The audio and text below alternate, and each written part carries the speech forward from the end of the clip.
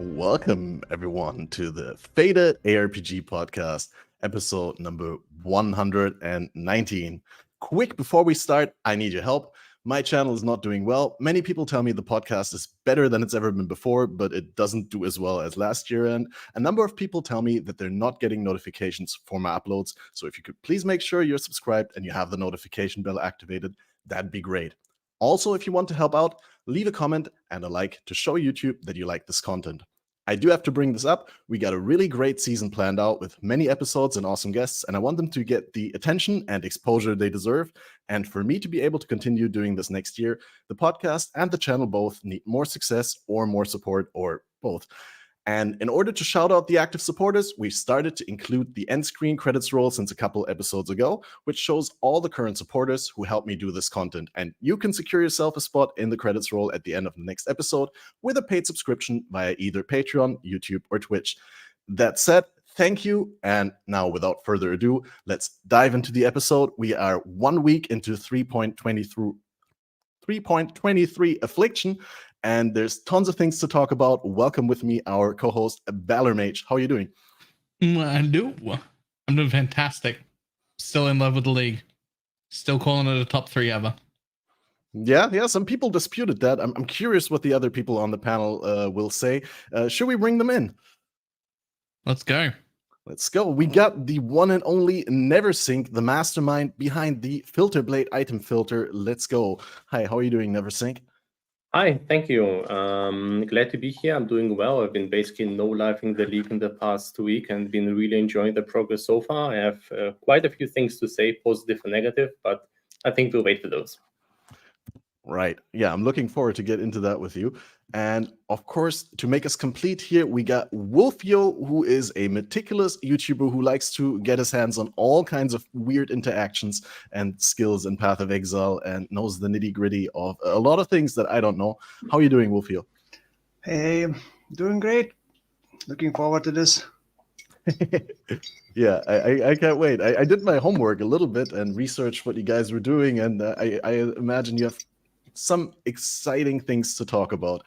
I guess we'll start with you, NeverSync. Let us know what you league started with for the context. What build did you go with? Sure. So I've played softcore trade. I've played solo and not solo self-one, just solo, no party. And I usually play. So my go-to approach is I never play the same build. This is so that I always have this feeling of discovery, this feeling of crashing at the Vaal, fixing, learning something. It also helps with building filters if you actually know a ton of playstyles. So I've been playing Frostblink or Wintry Blast totems. And it might sound awful, but it actually is not. The defenses are somewhat but it's 50 million boss DPS and I can dish out even more. I've been cruising through all type of content. It's really, really fast since I'm actually running Vaal since my damage is so good. It's destroying most types of content. And yesterday, I actually felt like, okay, now no life in PoE too much. I'm playing it way too much right now. I need to get back and start working on other projects. So I decided to gamble my money, bought like 55 puzzle boxes, opened them all, got the map that I needed to run to get the Mage Blood. That was super risky, but did that, got a Mage Blood now, and now I'm back to the problem that... Yep, and now I'm back. It was a 1 portal, 6 extra projectiles, 10% less damage per item equipped map that would voided my character on death.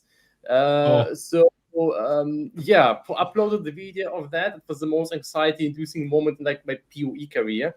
So now I'm back to the problem that I actually have something to play, and I'm considering making a second build. But at the same time, I think I want to do a little bit more game and filter development. So I need to think how to schedule my time around. But definitely exciting week so far. Lots of things to discuss. Thank you. Yeah, the Vaaldo's thing. I've seen your upload and I clicked and I watched the intro, but then I didn't want to spoil myself for the podcast. So I was like, I'll ask that tomorrow on the podcast how that went. But yeah, super cool that you actually did that, because I think a lot of people don't really want to do these Vaaldos that void your character. But if the reward is good, I'm willing to go for that. I mean, I want a story. That's what I want from the game. I want every league to feel like a story. And this something new to discover. And I'm not going to void my character for a baited dress or something like that. But if it's a mage blood and the odds are fair, why not? I think those are some of the best designs. Right. Yeah, that sounds very awesome. Wolfo, would you tell us a little bit about your League starter? Did you start right away with the character that you're on right now? I looked at it yesterday, and it had a little bit of different name than what the skills said to me. Yeah, there are so many new skills, and I thought, oh, that's my dream league. So many new skills, but so far I'm still on my first character. This has probably never happened at the league start, and started with some Raging Spirit, minion stability, but I did not like with the Transfigured Gem, but I did not like the increased cast speed. It just felt so clunky, and was looking forward to transitioning into something else. Since I was already stacking minion life, someone mentioned, well, actually one of the viewers mentioned body swap, and the numbers on body swap, the Transfigured version, are kind of nuts. So I've been doing that, essentially using specters that revive themselves, and using body swap to consume those specters to scale my damage with those specters live. And the damage scaling is just nuts. I fully expect next league to be nerfed. Currently, at least in PoB, shows somewhere around 5 million average damage. And I pretty much did not invest anything into this build. So I've been using that. And yeah, still trying to figure out what to do for the next build. I'm curious. I need to ask paralysis. This because you said specters that revive themselves. Like, yeah. How does that work? Dude, because I was wondering, I saw you So use good. the body swap and the Spectre gem, but I was like, how do you make sure that you don't consume your specters? But yeah, the dark marionettes, they revive themselves. A normal version also explodes, dealing 500, or should I say 5% of their life as physical, fire, and lighting damage. And also a perfect one also applies Scorch. I believe Scorch is like 9 or 10%. Wow. So it's not very Interestingly strong, enough, yeah. that Scorch is universal. I put them on my Hex Blast, and they scorch for 8 to 10%, depending on the explosion. Never more than 10, never less than 8. It even happens on Pinnacle bosses. I put them on my HP, like minion HP scaling, minion instability build. They scorch for 8 to 10. Nothing changes. Yeah. Same scorch. Don't know why. It's probably set to minimum 2%. Scorch.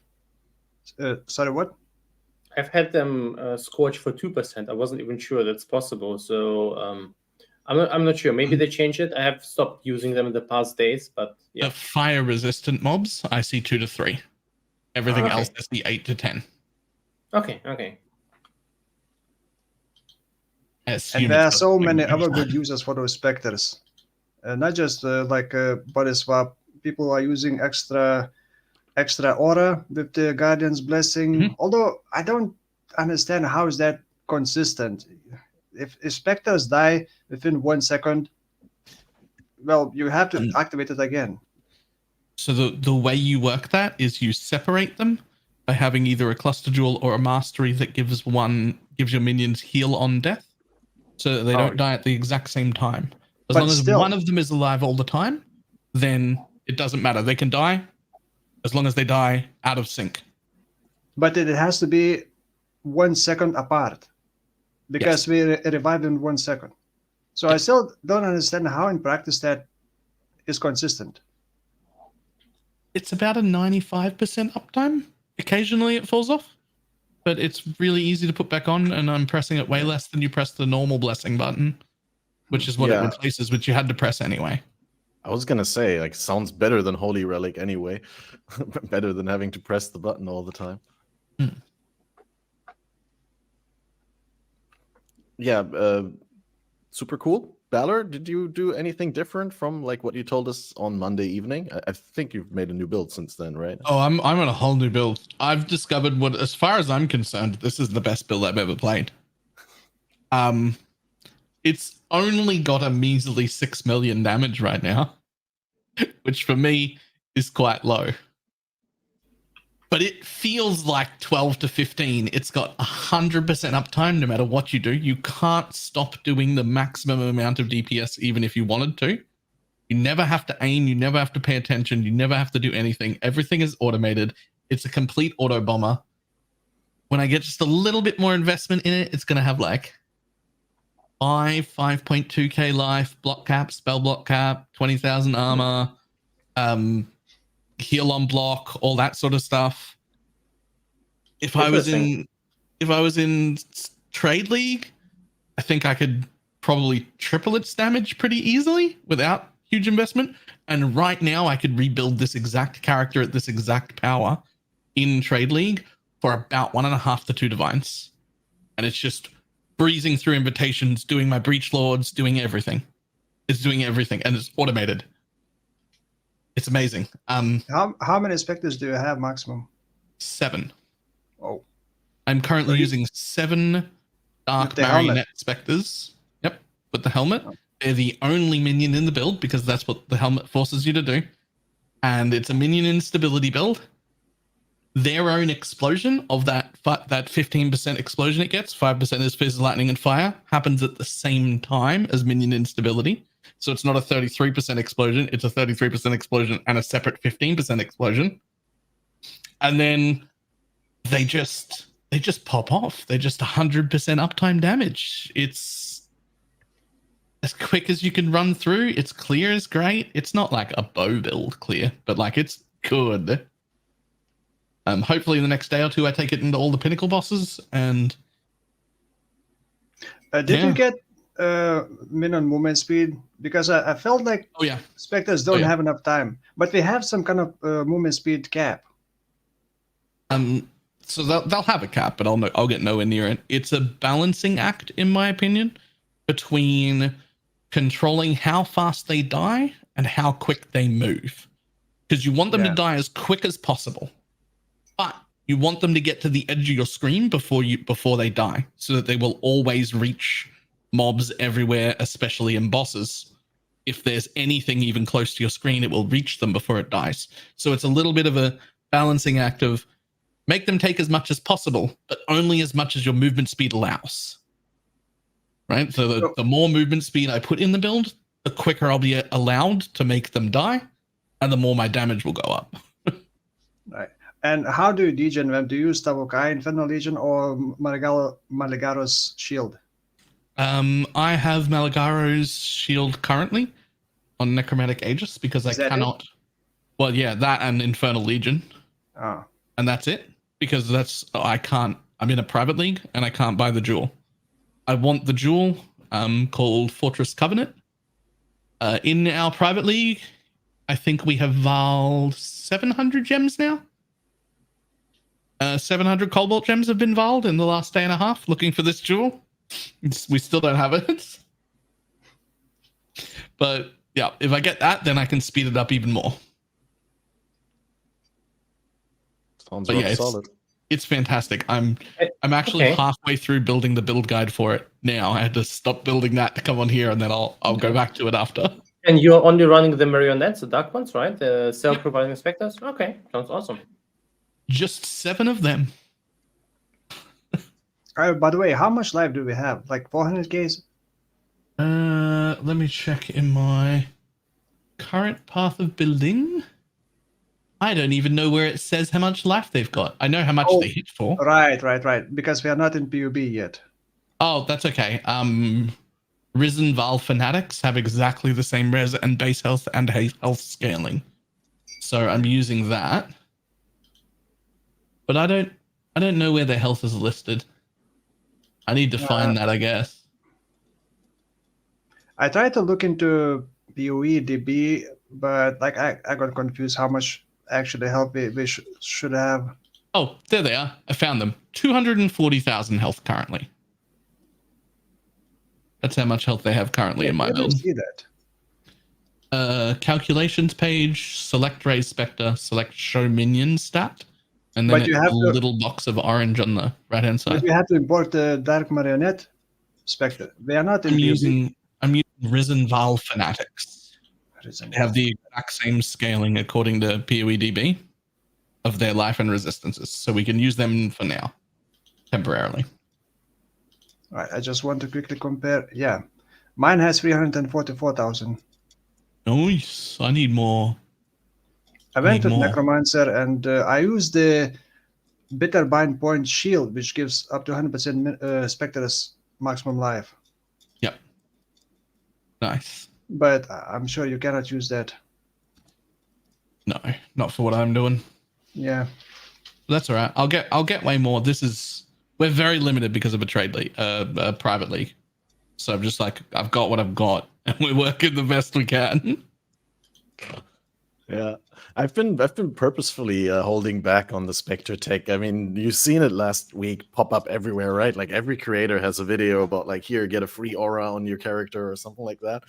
And I've been like, I know how hard it is to keep these alive on a non-minion build. I don't know whether I want to do that.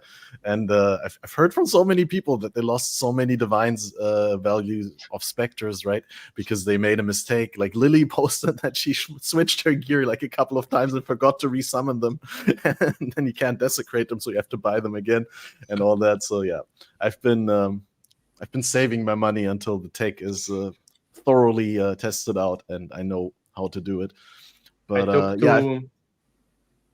sorry, what was that? I took 2 turtles into the Mageblood map. The turtles were like 20 chaos each. They did not come back, but they bravely tanked the GMP projectors of the mobs. You will be missed turtles. Yeah, worth. Sounds good. Yeah, that's fine. Them dying is better than you going to Void League. I'll tell you that. Yeah. And I of course wrote tornado shot skeleton archers on that.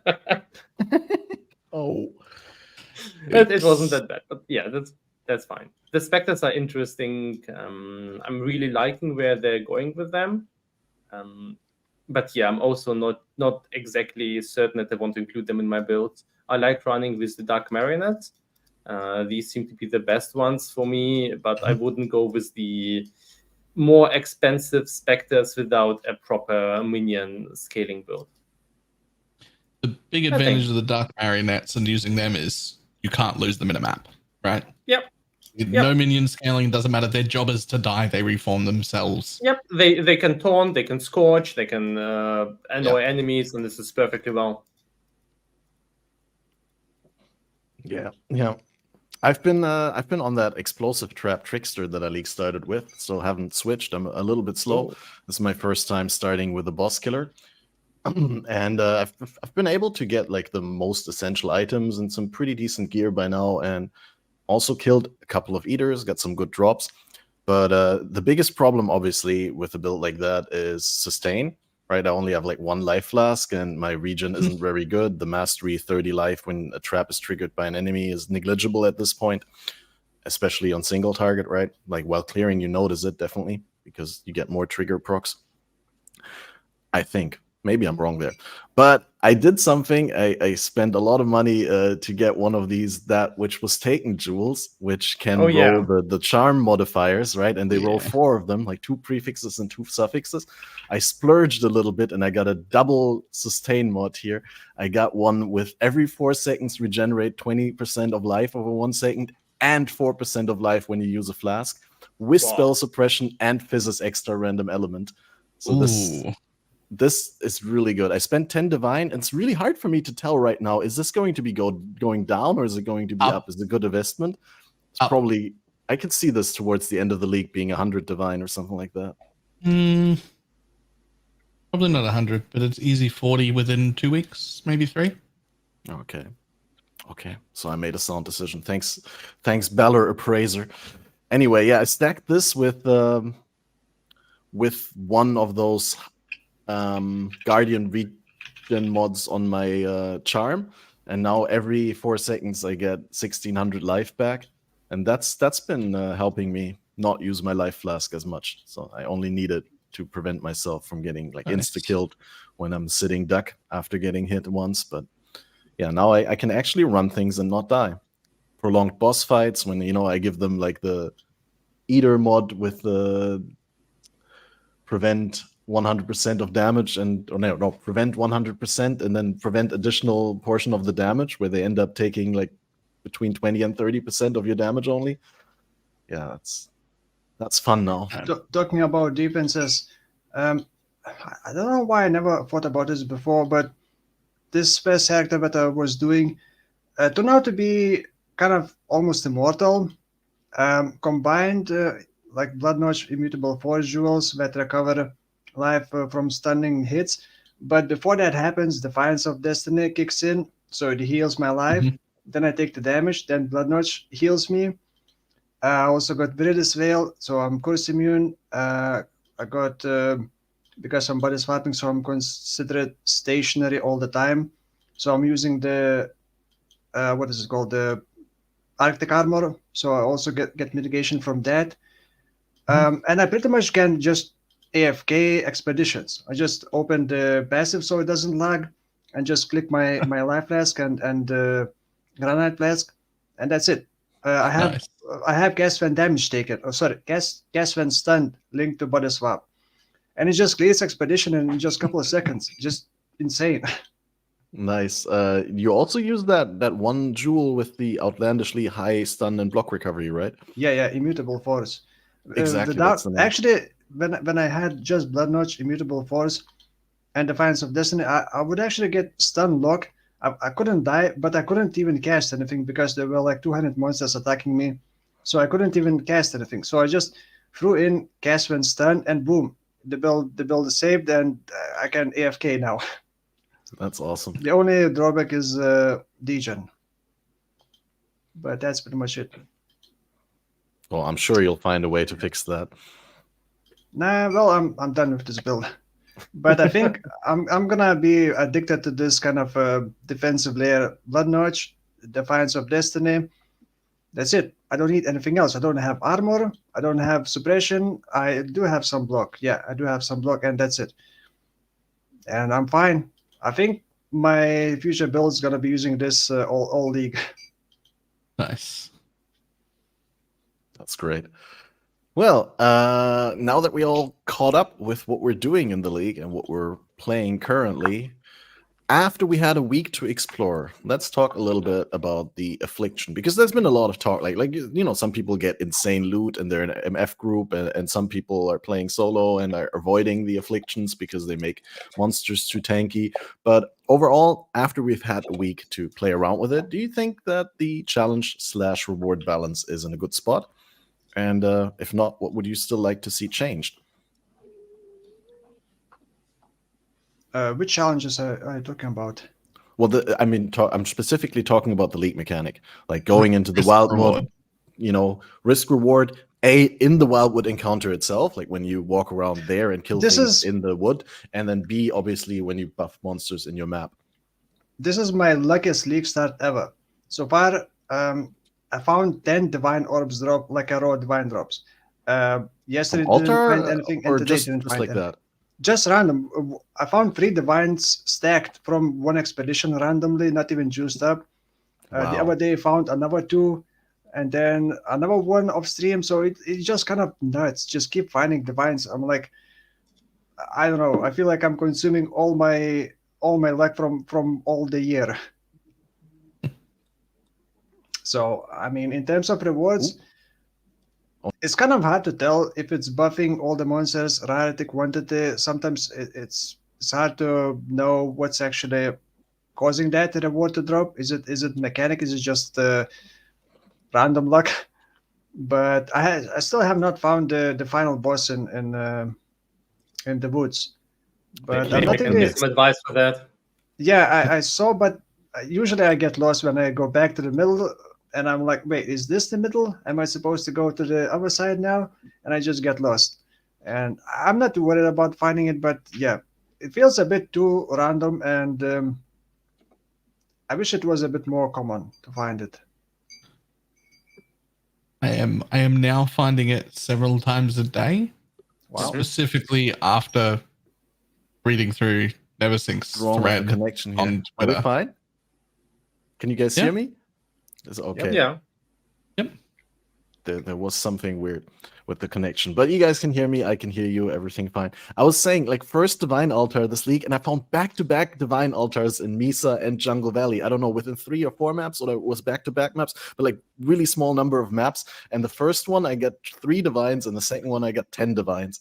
So I got Well- like 13 divines in 1 day of farming. Plus I got an ashes drop and like the forbidden jewel from Eater for the power charge crit mod from Assassin. I don't Ooh, know the that's a name good one. anymore. Yeah, power infusion or something like that. But yeah, like, oh man, such a good day. Best day ever. But yeah, I just wanted to bridge the gap when there was some connection problems after Wolfio was talking about the divine stuff.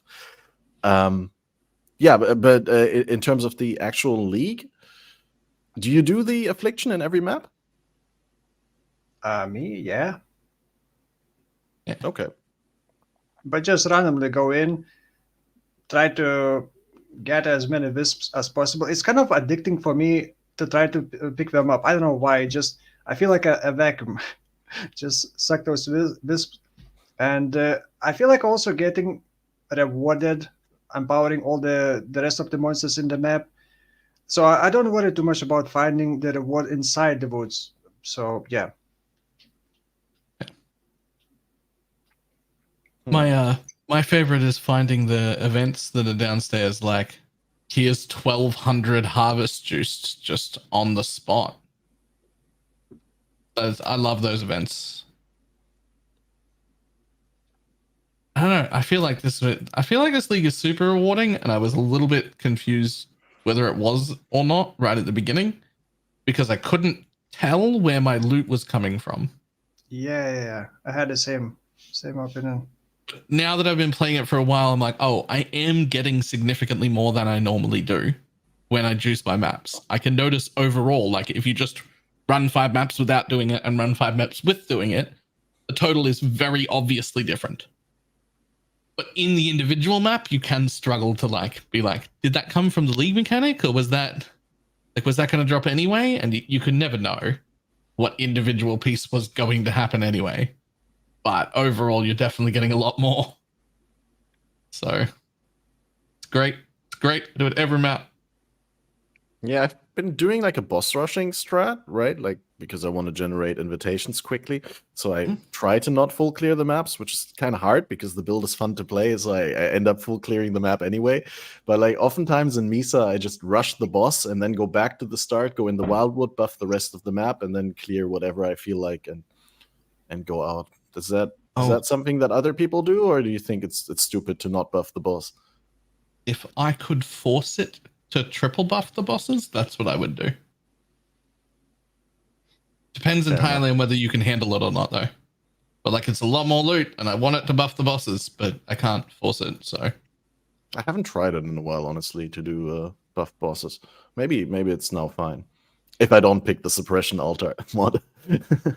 Does it make bosses noticeably stronger? Because I can't quite tell. Because Absolutely, dude. Really? yeah, My build does Uber so much damage in a single hit, but I can't quite tell sometimes. Sometimes it just 3-shots the boss, sometimes it just 1-shots the boss.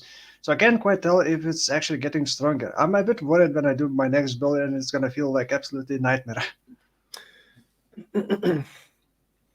Yeah, Mr. NeverSync, how do you approach the affliction encounters?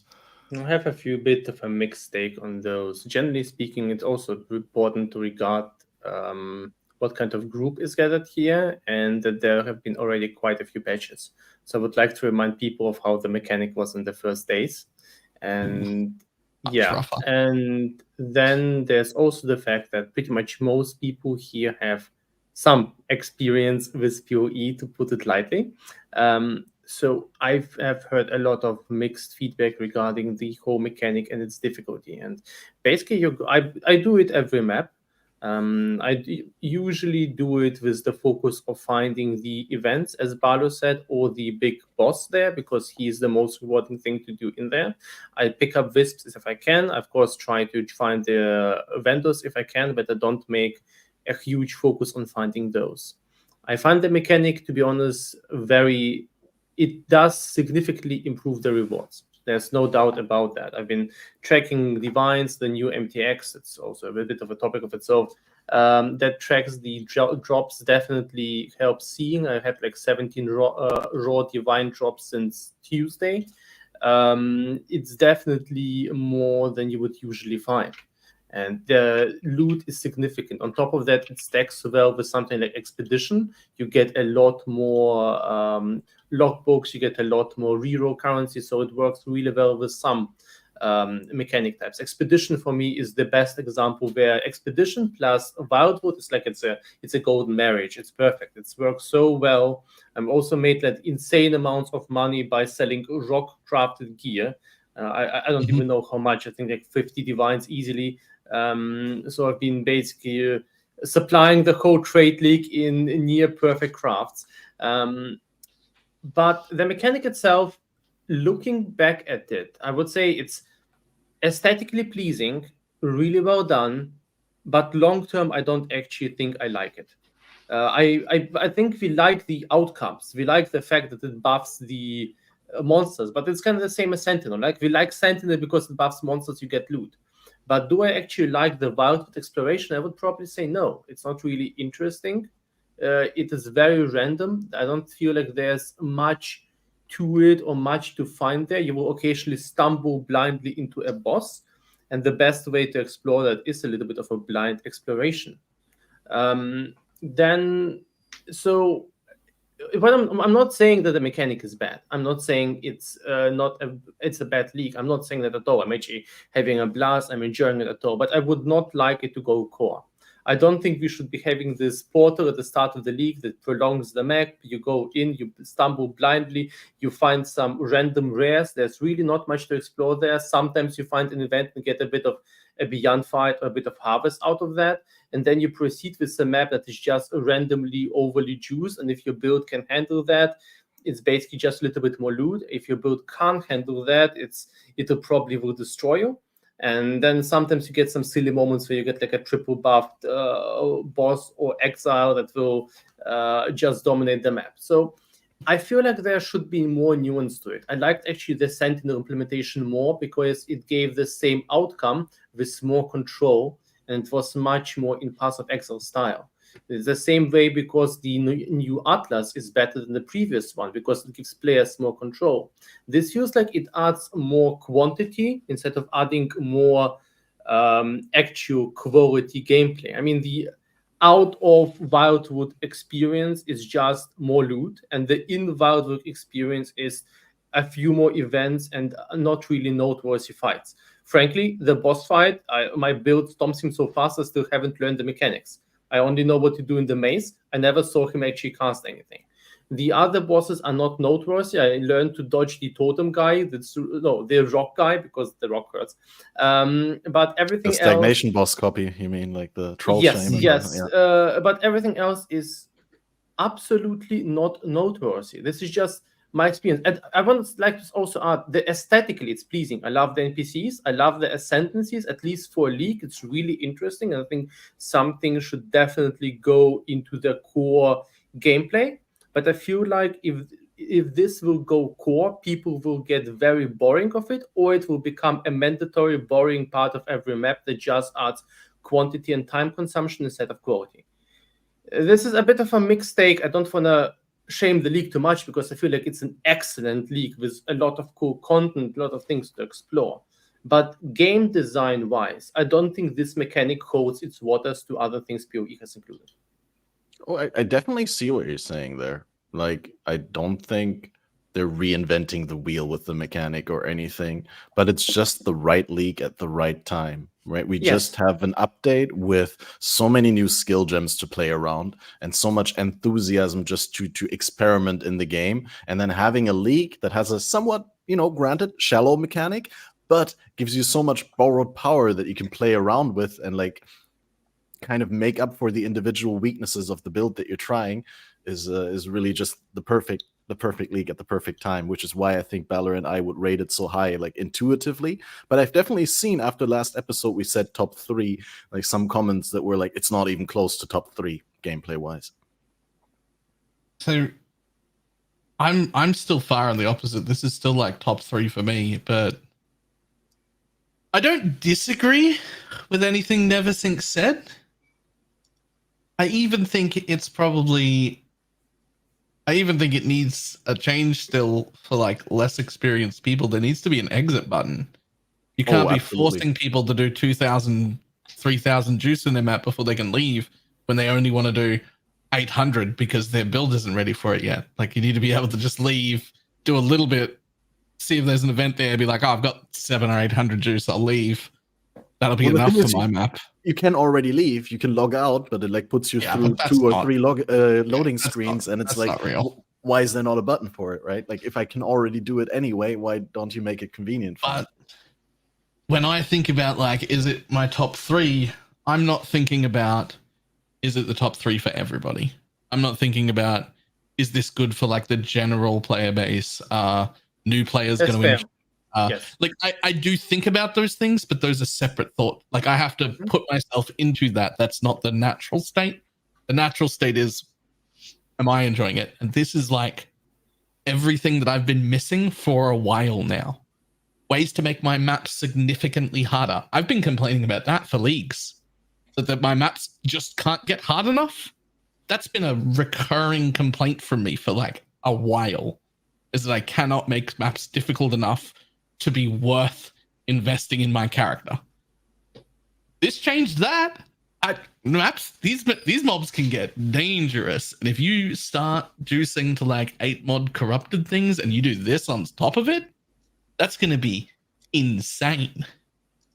It's also like fast action. It doesn't slow me down at all. I click on a portal, I run through, kill mobs, leave. I'm instantly back in my map. There's no load screen, and then I'm off. Yes, doing things again, which is like implementation wise is great. Yes, I want to just like the gameplay loop I want is open map, kill monsters, close map, repeat.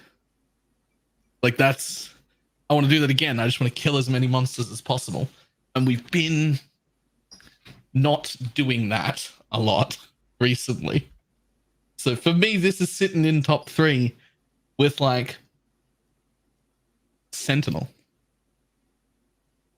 This is just Sentinel with less control. But on top of less control, which is a negative, but also less micromanagement, which is a positive. So I'm putting it like roughly equal, because with Sentinel, I had to keep building robots, making sure I had the right robots, replacing my gear. This one's just there. So I have less control, but I also don't have to do shit for it. I just launch my map and there it is. You get to spend more time focusing on things that feel more PoE. Yeah. Wolfo, what's your take on the league mechanic after one I almost said 1 year of trying it, 1 week of trying it? I'm actually trying to figure out if I like it or just kind of meh right now. I don't really have like a strong opinion about it. It's always kill monsters, get loot, kill monsters, get loot, but in a different way. So for me, I had so many, well, not that many, but I had quite a lot of players at the start of the league complaining already that, oh, just PoE, there's nothing new, it's the same PoE. I mean, yeah, PoE, that's what PoE is. You kill monsters, you get loot, but in a different way each league. So, I don't know. I don't know. The only thing that I would want to keep right now is the new corpses, the Spectres. Those are, I think, the most amazing things ever. And for minion builds, that's just a dream come true.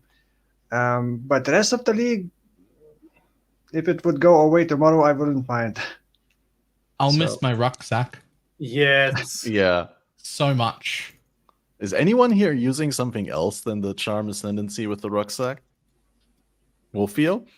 I actually don't really place many items in there. Usually I just place maps that I should run next and forget about them. So I usually don't really use it all that much. Nah, I use it as my currency pouch, yeah. All my rolled maps, my portals, my wisdoms, the remnants of corruption, like all of the stuff that I have to carry around with me is no longer in my main inventory.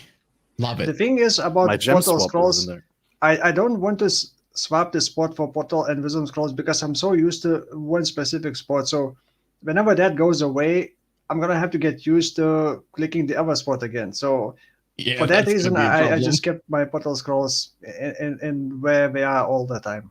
Give it a try. In half an hour, you will also on the side of you will be missing this so much.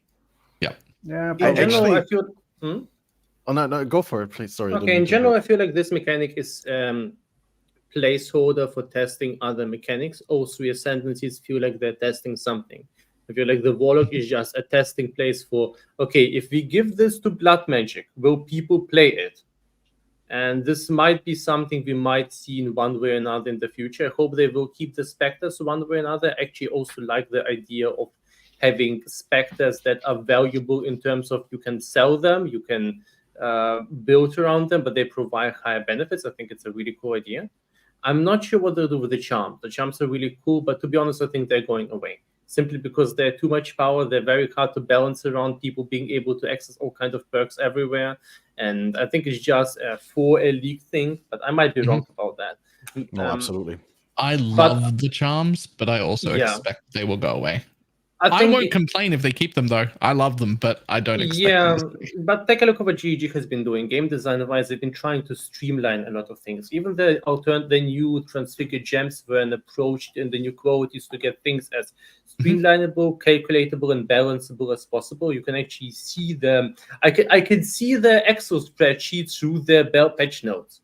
I can see the intention there, and I believe this is what they're pretty much going for, because PoE is an interaction of different messes, so they wanted to get a lot of the things streamlined, and I feel like every future league will include one way to gain power.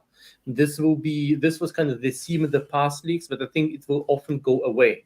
So I believe that they might implement some of that. So maybe they'll keep the unique jewel. Maybe they will keep that one around. But I don't think they will be keeping the charms in general. So I can actually imagine that tinctures might stay one way or another. I feel like tinctures have been an interesting gameplay addition. I know a lot of people who are using them and loving them, and they feel like they are actually. So yeah, maybe tinctures will stay in one way or another, but I don't think charms will. Tinctures are great addition, but their only problem right now is that they compete with charms. And why would I use tinctures if I can use charms? And that's why charms can't go core. Well, the tinctures have an opportunity cost. You replace a flask on top of using the Ascendancy, right? So if the tinctures will be somewhat rebalanced, I can actually imagine them being there, and they may be in a slightly weaker form because they are very, very, very powerful. But for the charms, I don't think this will be the case. They're just, you slap this in, you get a ton of power, and I don't think PoE wants these things to exist. Maybe it will be kind of an ascendancy of its own. I don't think so, but I don't know. There's some ways how you can imagine these getting implemented, but there needs to be some sort of trade-off, I think. For an example of that, my current Necromancer has not a single block node anywhere. It's block capped and it's spell block capped, and I'm over block capped by like a few % as well. And I don't have a roomies or anything either. It's just bone offering and offering effect charms. That's it. Yep. And your shield, I assume. No, my shield belongs to my minions. It's Necrotic Aegis. All right, Necro Aegis. Wow. Yeah. Good shit, dude. Yeah. Here, I got one for you, Balor, though. You really like charms and you really like the inventory. Would you, if presented with the choice, pick a 4th charm slot over the backpack inventory? Yes. Yeah. That wasn't even a question. I can just turn off more loot, man. I know plenty of people who are like, I wouldn't give up the backpack for nothing. No, practically speaking, people will give it up. But this is a game design decision. You don't want to give people. I don't think you want to give people such decisions, because if you give people a decision to min max in PoE, they will min max, and they will min max to the point where if you would introduce charms into PoE like they were in D2, charms that you get to keep in the inventory, I guarantee you people will fill up their whole inventory with charms and have 4 slots free or 1 slot free to pick up their mirror. And that's basically it. Yeah. So you need to, I don't think you definitely need to balance around that. Yeah. So about tinctures, I actually haven't had anyone talk about what's the meta, what tinctures are people using for? All damage can poison. Is that it? I mean, we had a dagger for that. That's the standout, definitely. Yeah. But you don't have to use the dagger. You can use a bow. You can use a triple elemental bow and just poison with everything. Yep. poison, shock, freeze. It's all the elemental elements. Those are the ones that people use. I've seen some ignite approaches with that. I've seen people using it for shock, but it's basically the elemental ones. But they're also way too powerful in a way. So I'm not sure how they balance it, but yeah, we'll see. It could be interesting. There could be in the future maybe it's more for PoE too, but kind of itemized ascendancies that certain things become accessible to only if you use a special class. So there could be a Pathfinder could be using only, or the Pathfinder is the only class available with Tinctures. The Sign is the only one that can use the Charm, something like that. It obviously adds new balancing and loot and concerns, but I do believe that in the current way GG approaches things, we will most likely not see these things implemented to core because there's no opportunity cost. Maybe some of them will get migrated one way or another. We'll see.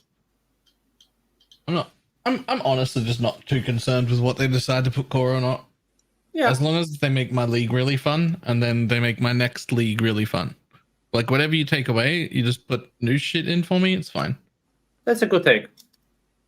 Yeah, and But now you will see people complain for 7 years, telling that bring back Wildwood and wanting it to come back, and then to come back in a form they don't actually enjoy, and they'll start complaining again. And I think this is kind of the dance PoE does all the time. I mean, look at Ultimatum. Yeah, that's something we need to get into as well, because I'm curious what you guys think. Because I really enjoy the freezes being back, but the loot is a little bit different from how I remember it. I'll go last on Ultimatum. Well, I haven't really done a whole lot. I think Ultimatum is like what I considered Metamorph before, but it's a more enjoyable mechanic, and it's a reliable source of catalysts. I really enjoy that, within a couple of rounds, I can get a stack of catalysts that's big enough to get a white ring base from 0 to 20%, so I can craft myself some nice rings with quality, for example, right? Like, yeah, other than that, I haven't really played too many Ultimatums to round 10. And I haven't felt compelled to do so because at some point I always dipped out because I was like, well, I stacked so many mods, and now this next thing is like a corrupted chest piece that looks like my dog pooped it out. And no, I'm just going to take what I have instead of risking like randomly dropping out because I make a mistake. Most of my devs, if not all of my devs, are from Ultimatum. I pretty much don't die outside Ultimatum. That's pretty much the only thing that kills me.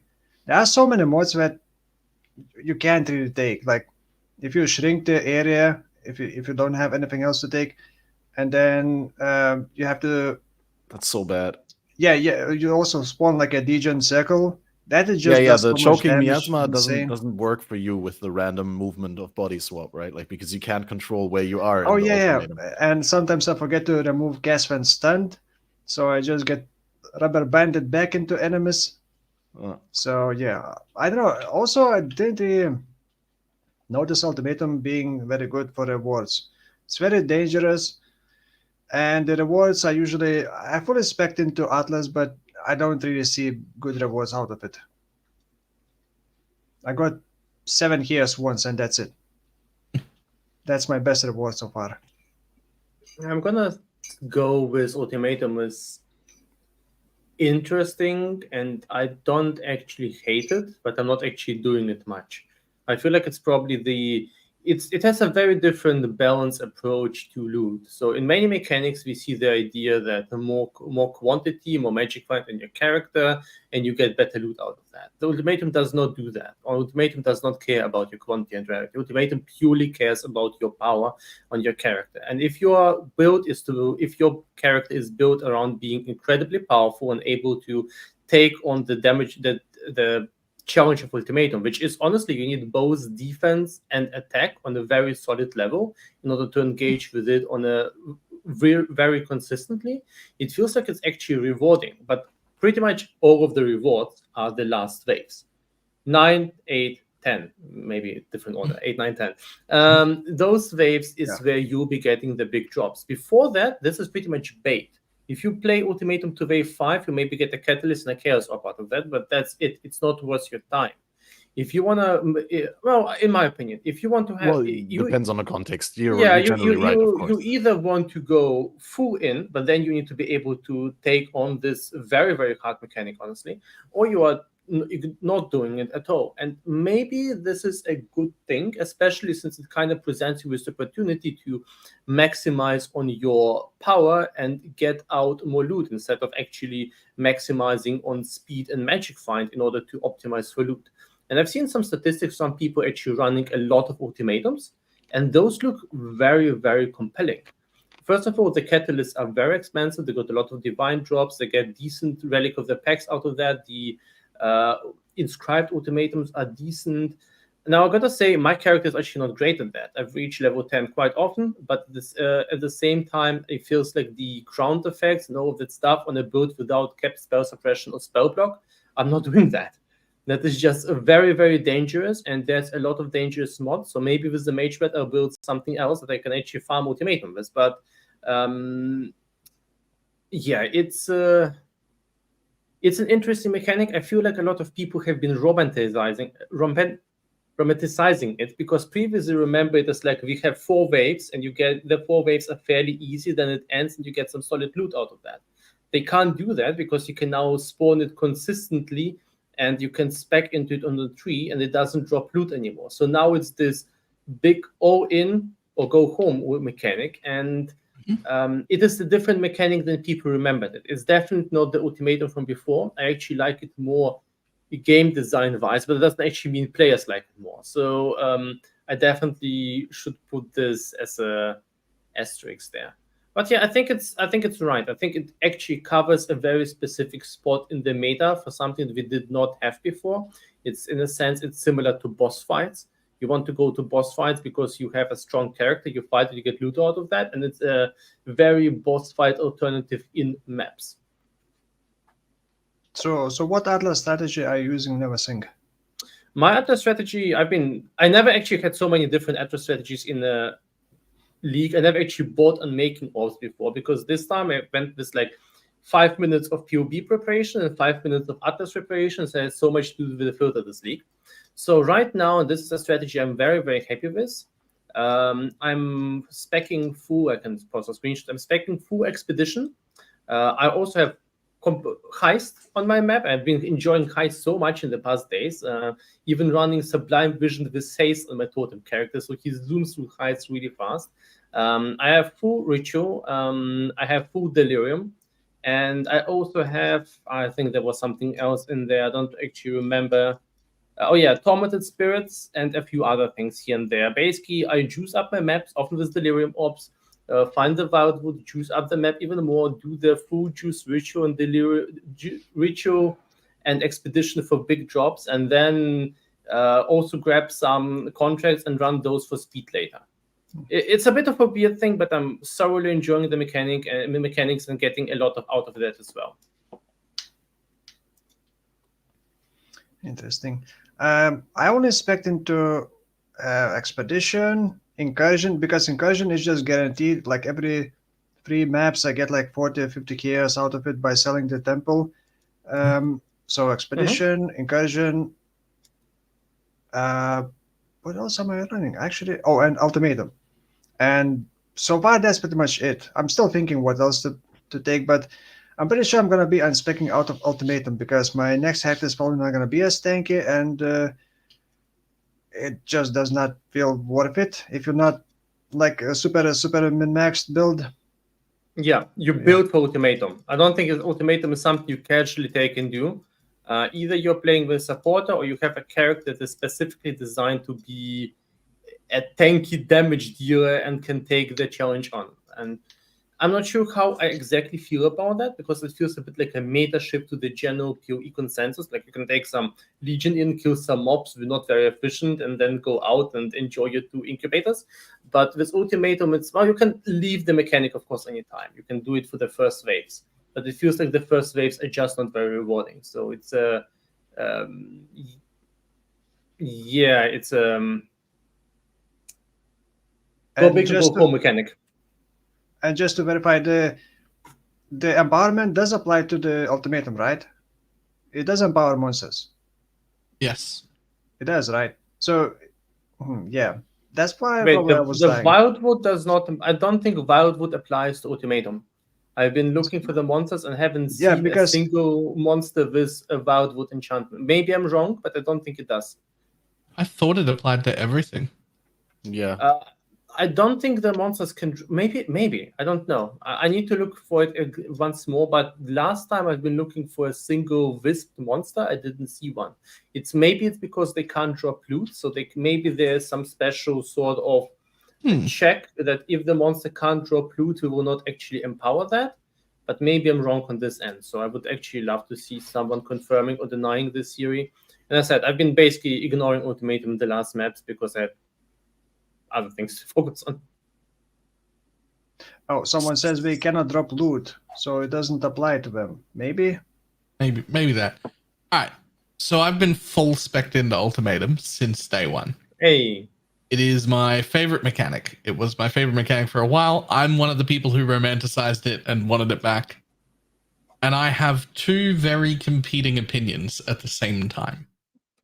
One, I'm enjoying the shit out of it. I absolutely love it. I never want to take it off my Atlas. It's fantastic. I love the freezes. I love the difficulty.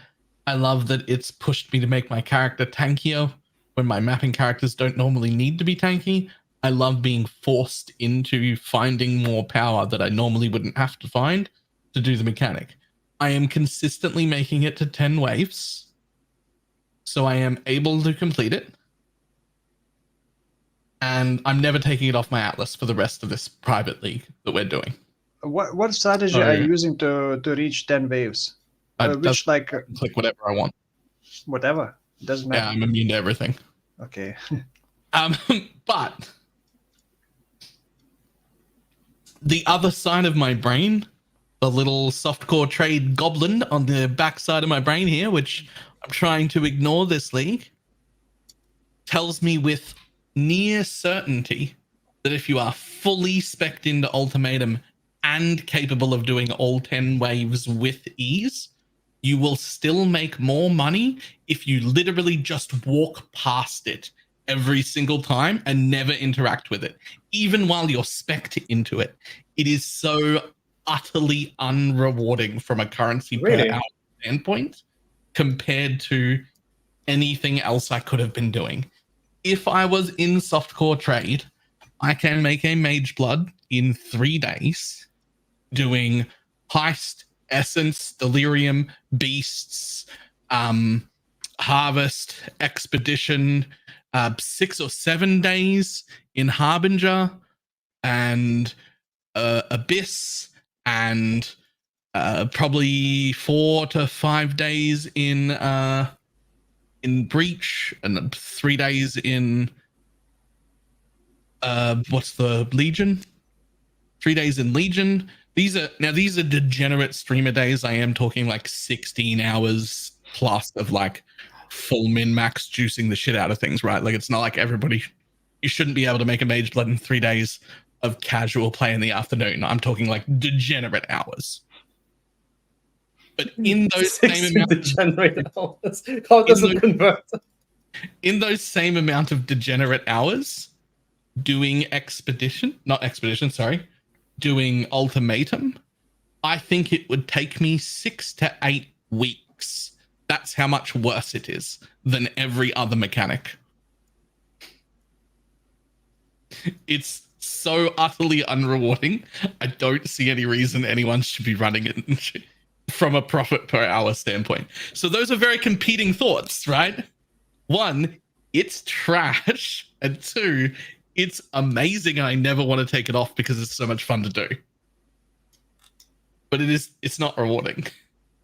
Like some people are trying to defend it of, oh, it's rewarding. I got this. Here's this stack of 3 divines or whatever. But when you like look at how much time it took to do and how much time you could have just run another map in, and like, it's just not, it just isn't. And so I'm sad about that. And I hope they do something about the rewards, frankly. But luckily, I'm in a private league, so I don't care about profit. And I'm just going to keep doing it because it's fun and I'm enjoying it. And you want the catalysts. Yeah, catalysts are right. No, but I'm I not have sure. the same thought where what you said, NeverSync, you want me to make your character like really strong, both damage wise and defense wise. But then at the same time, when you're at that point, usually you have a character that can clear maps so fast that the time that it takes to complete an ultimatum heavily competes with like just running more maps, right? So I think it's in a very weird place where it's like a very specific niche for characters that aren't fast at clearing maps but have good defense and offense anyway, so bossing characters kind of, right? I guess for my character would be okay to just do the ultimatum on the way to the boss before I piece out of the map, something like that. I'm not sure. Okay, I'm convinced. I'm about to refund my ultimatum now. I'm Right. tired of dying and not getting good loot. Let's loop back to the Transfigured Gems. Wait, first a nice intermediate question. How much did you feel the increased pressure on the GCPs from the flip recipe not working for skill gems anymore? And do you think it's in a good place? I didn't even realize until I tried to sell a skill gem and GCP. Almost sold it, just completely bricked the skill because, well, the recipe changed, or should I say not changed, but got removed. That So would have now been it such a only good works for clip the if you support actually gems. vended your main skill gem at level 20. Yeah. But another thing I really like, and I'm probably going to be doing more, is running Labyrinth. I don't like Labyrinth. I know many people don't like it, but it's so good. I ran 2 Uber Labs, and because I ran a second time because I wanted to add a bit more quality to my gem and maybe get Empower, and I got Empower, and I got added more quality to the gem. I think it can go up to 15 or maybe even up to 20 quality per enchantment. What do you call it? Not enchantment. I've seen 15. I haven't seen 20. Yeah. So yeah, it can be a lot cheaper than just buying GCPs. Just run lab. If you get lucky and get like 8 to 15% quality on a single gem, if you get 2 fonts, well, you increase the chances of upgrading gems by twice, or getting exceptional gems like Empower, Enlighten, Enhance. Those can also be very profitable to sell.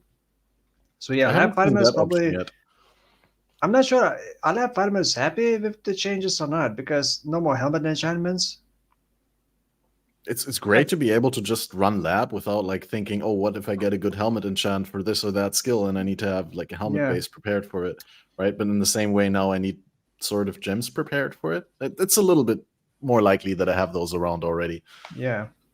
I really think it's best that helmet enchantments are gone. The only positive side was kind of additional min-maxing levels, and they also did a little bit of auto balancing, as in if you're playing a very meta skill, you will most likely have a hard time getting the right enchantment, or at least it won't be quite as cheap on the helmet you want. But generally speaking, I'm glad out quality threshold things and enchantments are gone. All 3 of those felt like they were usually not so interesting numeric boosts on top that you had to think of and that you could min-max. They weren't actually making building things more interesting. And PoE is already a game that is full of content. You have like 7 million things to optimize on. You have duels, corruptions, perfect uniques, quality and gems, all kinds of things. It felt like those were probably the worst out of all available things. So I like the fact that they did rework those. I am not so confident that I like Transfigured Gems being a lab-based mechanic. I feel like they basically stopped it there because there was a void. They wanted to get rid of enchantments and wanted to get rid of out qualities because they were creating a ton of I think creation problems. Every league you need to balance those, you need to check those, you need to create those as well, you need to keep those in check. There's like a lot of things. They're basically tying up the old mechanics together, and they've been very nasty from a game development perspective, I believe. So they wanted to get rid of those, and well, they did. But that basically, when they got rid of those, it created a new void. Without those, what do you do with lab? So they said, probably they put as a temporary solution, okay, we're going to put the new Transfigured Gems into lab instead. So I think it was just to cover the void, but I'm not sure it's actually going to stay there.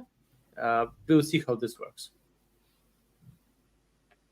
I thought I was going to hate missing my enchants. It turns out it just takes a lot of annoyance and stress away. Yes. Like I was, especially like upgrading gear and whatnot. You're like, oh man, this helmet I've been wearing for a few days is pretty old. And now I can just craft a new one or find a new one or buy a new one or whatever.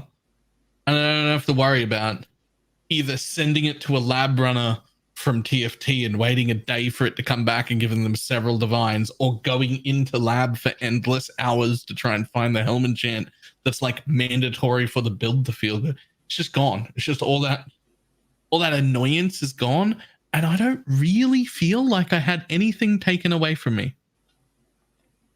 Like it doesn't, like all the trans gems came in, and now I'm interested in all the new things. I don't feel like anything was taken from me. But I do hate that they're linked to lab. I'm not a lab runner. I'm not a lab person. I don't like it. That is for sure why they're there. It's because there was a void, right? Like they took GG a actually chance away. Yeah, GG actually promised, like I think like 2 years ago, to rework the Labyrinth enchantments for gloves and boots, I think, or maybe just for the gloves. And I kept asking that for like every single league, and we finally got it. And I think we didn't get all the Transfigured Gems. Did anyone know? Did we mention, is that all the gems, or are we gonna introduce more gems like later?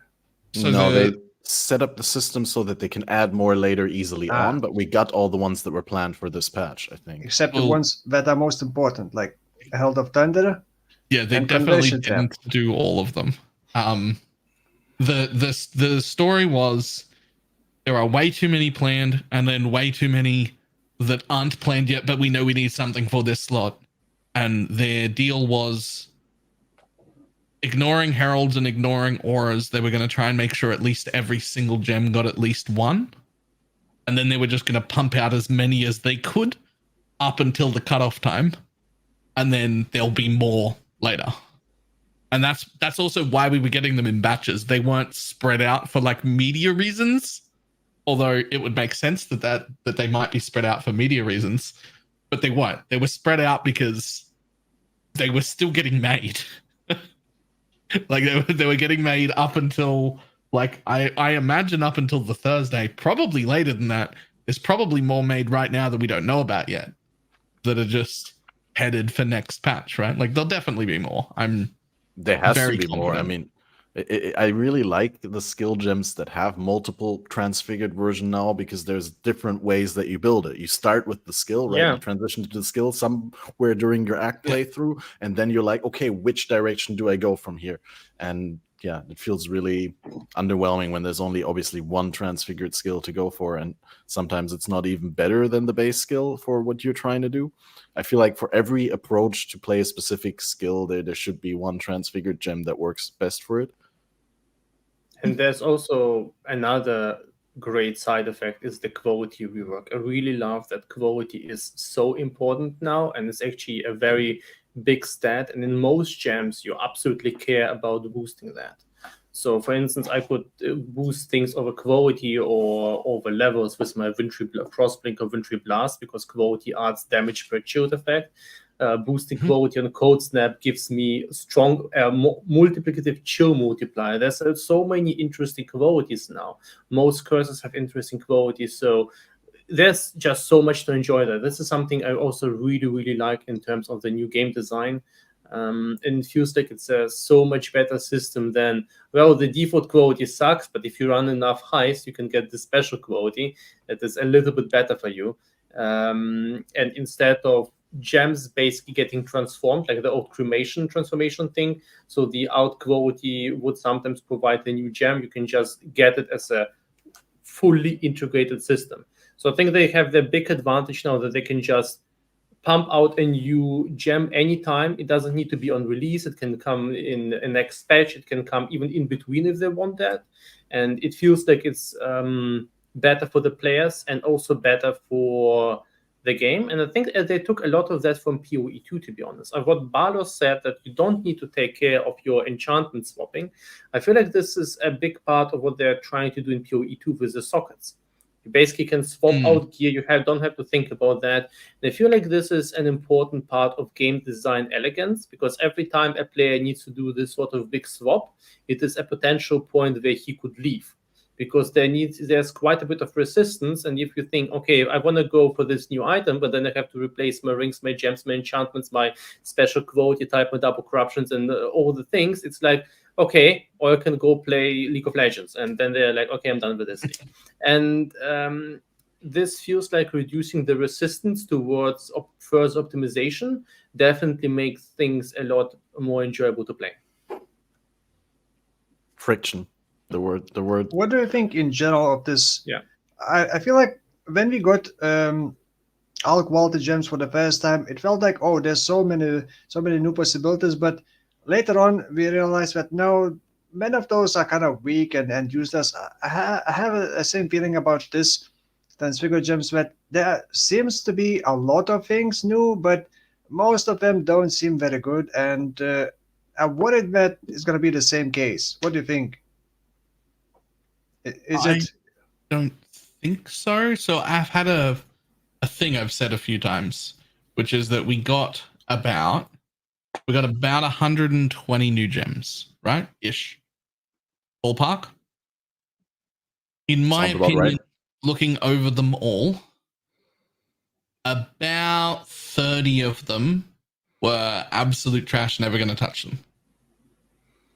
About 30 of them were just giving me back something I already had in a slightly different way.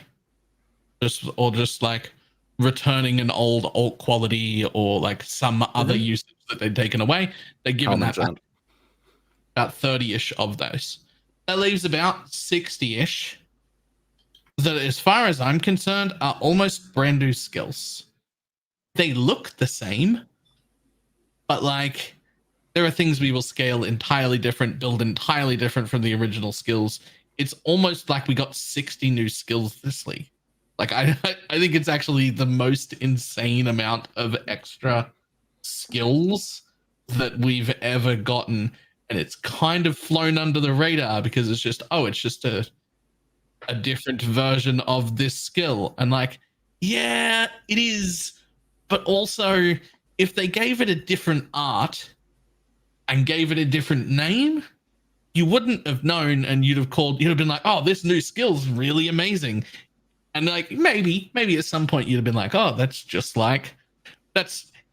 sort of like ball lightning if it was stationary or if it moved around in a circle. But like they're not. They're new skills. Like you just got to reuse all the art, and you got to like lower all of the requirements of building all of those things. But like there's so much new stuff. Yeah, I absolutely agree with you, Balor. I feel like there are some gems, and in some cases, I actually found out that those things are actually much more interesting than I thought, because I didn't actually think through their design process. For instance, the Flame Blast of Celerity, the one that has very few stages, I first thought it was a terrible skill. But then I actually misread that it automatically explodes once it reaches 3 charges, and I've been leveling with that on totems. It's been just absolutely amazing. The game feel has been so smooth. It's like on totem, it goes off in like 0.5 seconds. It felt great. Nice. And a lot of skills felt a little bit like that. It feels like in most cases, there has been sometimes it was just something returning. And in some cases, I'm not even sure why I would use that, but those cases were often cases where I actually didn't think it quite through.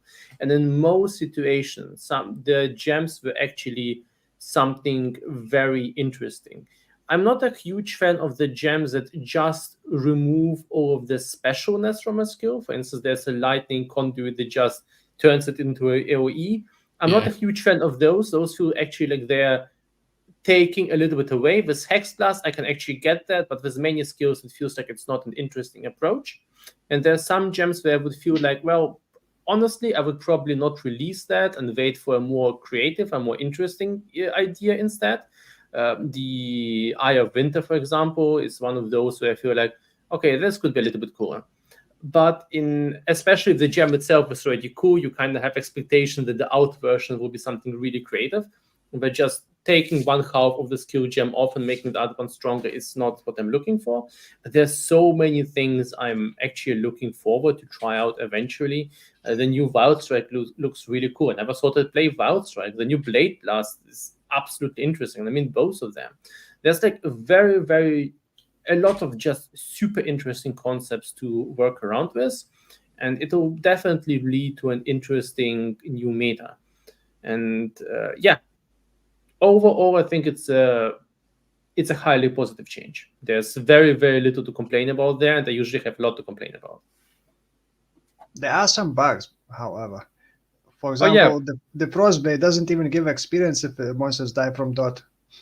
I mean, sorry? What? Yeah, the Frostblades of Catabases does not grant experience if monsters die from damage over time.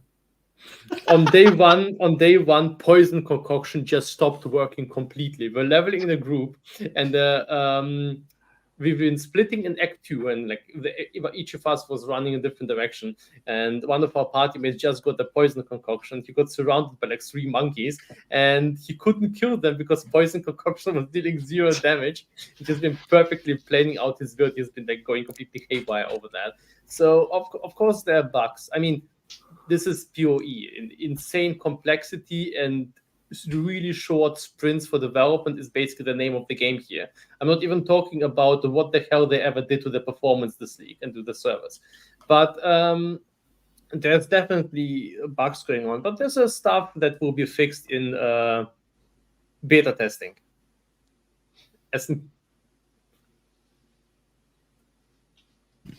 When you mean like current league is the beta test for the bugs to be fixed, yeah.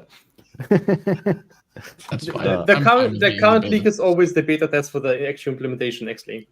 I mean, that's what we opted into, right? Like, I mean, that's fair. The game I fell in love with.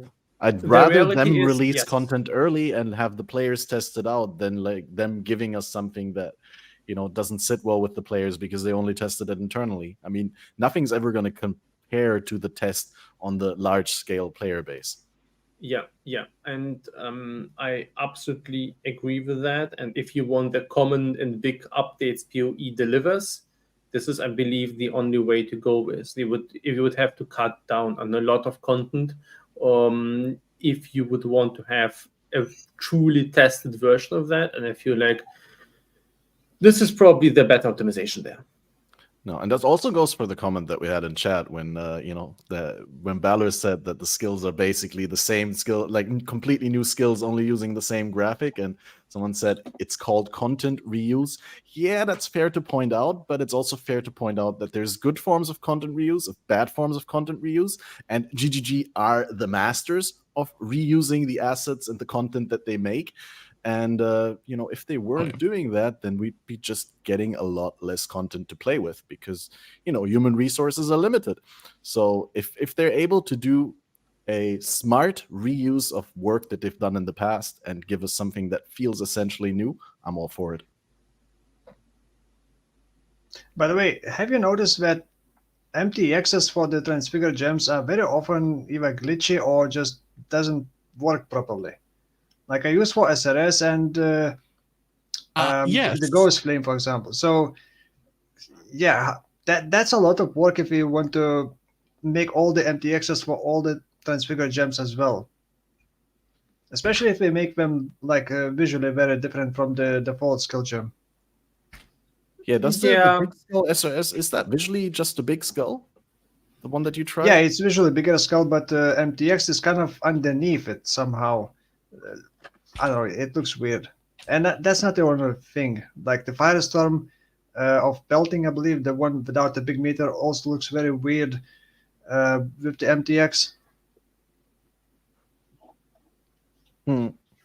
Yeah, I figure that will be ironed out over time, right? Like they first prioritize obviously getting these skills out to us, and MTX is a bonus. the Frostblink I'm running is also, even without the MTX, it just spawns a circle around that. But since Frostblink usually leaves a ground effect, it looks a little bit like it's just a circle without the ground effect, just kind of this blue circle highlight on the MTX, so that also looks weird. But overall, it's still quite enjoyable. But yeah, it's once again, it's the same problem. With the speed of iteration, they just can't get everything tested and everything out. So they need to opt in for the most important and the most crucial things, and then iron out things over time. And yeah, as you said, Cat Master, that's what we opted in for. That's the game we play, and I don't think it works any differently. We can complain about that, but that doesn't change the reality that this is how game development works. Yeah. No, and I mean, I'm all for it, right?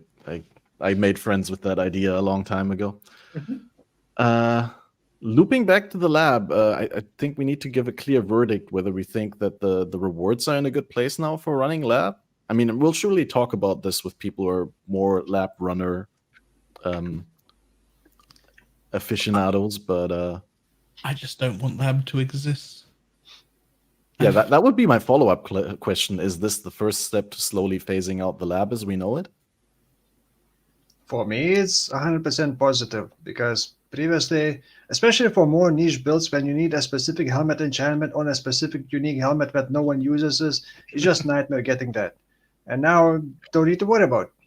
So for me, it's all good.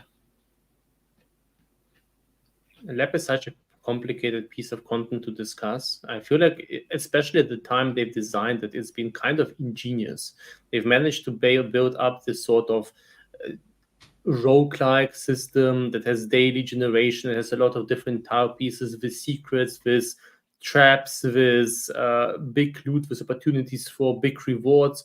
And it feels like everything is in the right place to be a great piece of content. But people hate it, and I believe people will always hate it, because people who play PoE want to zoom around, want to kill a lot of monsters, want to find that loot, then don't want to dodge traps and fight for survival while looking for some levers. It feels like it's a mechanic that even if they will make it, let's imagine they will make it 10 times more rewarding. It drops a divine orb every single time, something like that, something insane. People will run it now because it's rewarding, but they will still hate it.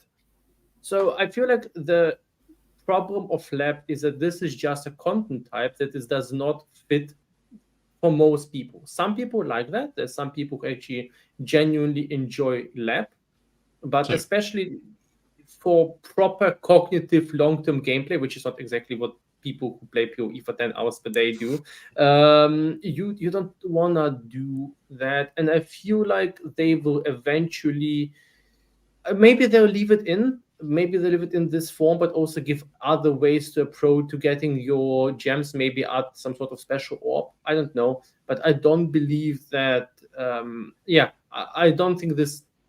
Okay, I don't have a proper conclusion if they will leave lab in or not, but I personally still not a fan, and I don't think I will be ever a fan, even if I like it game design-wise.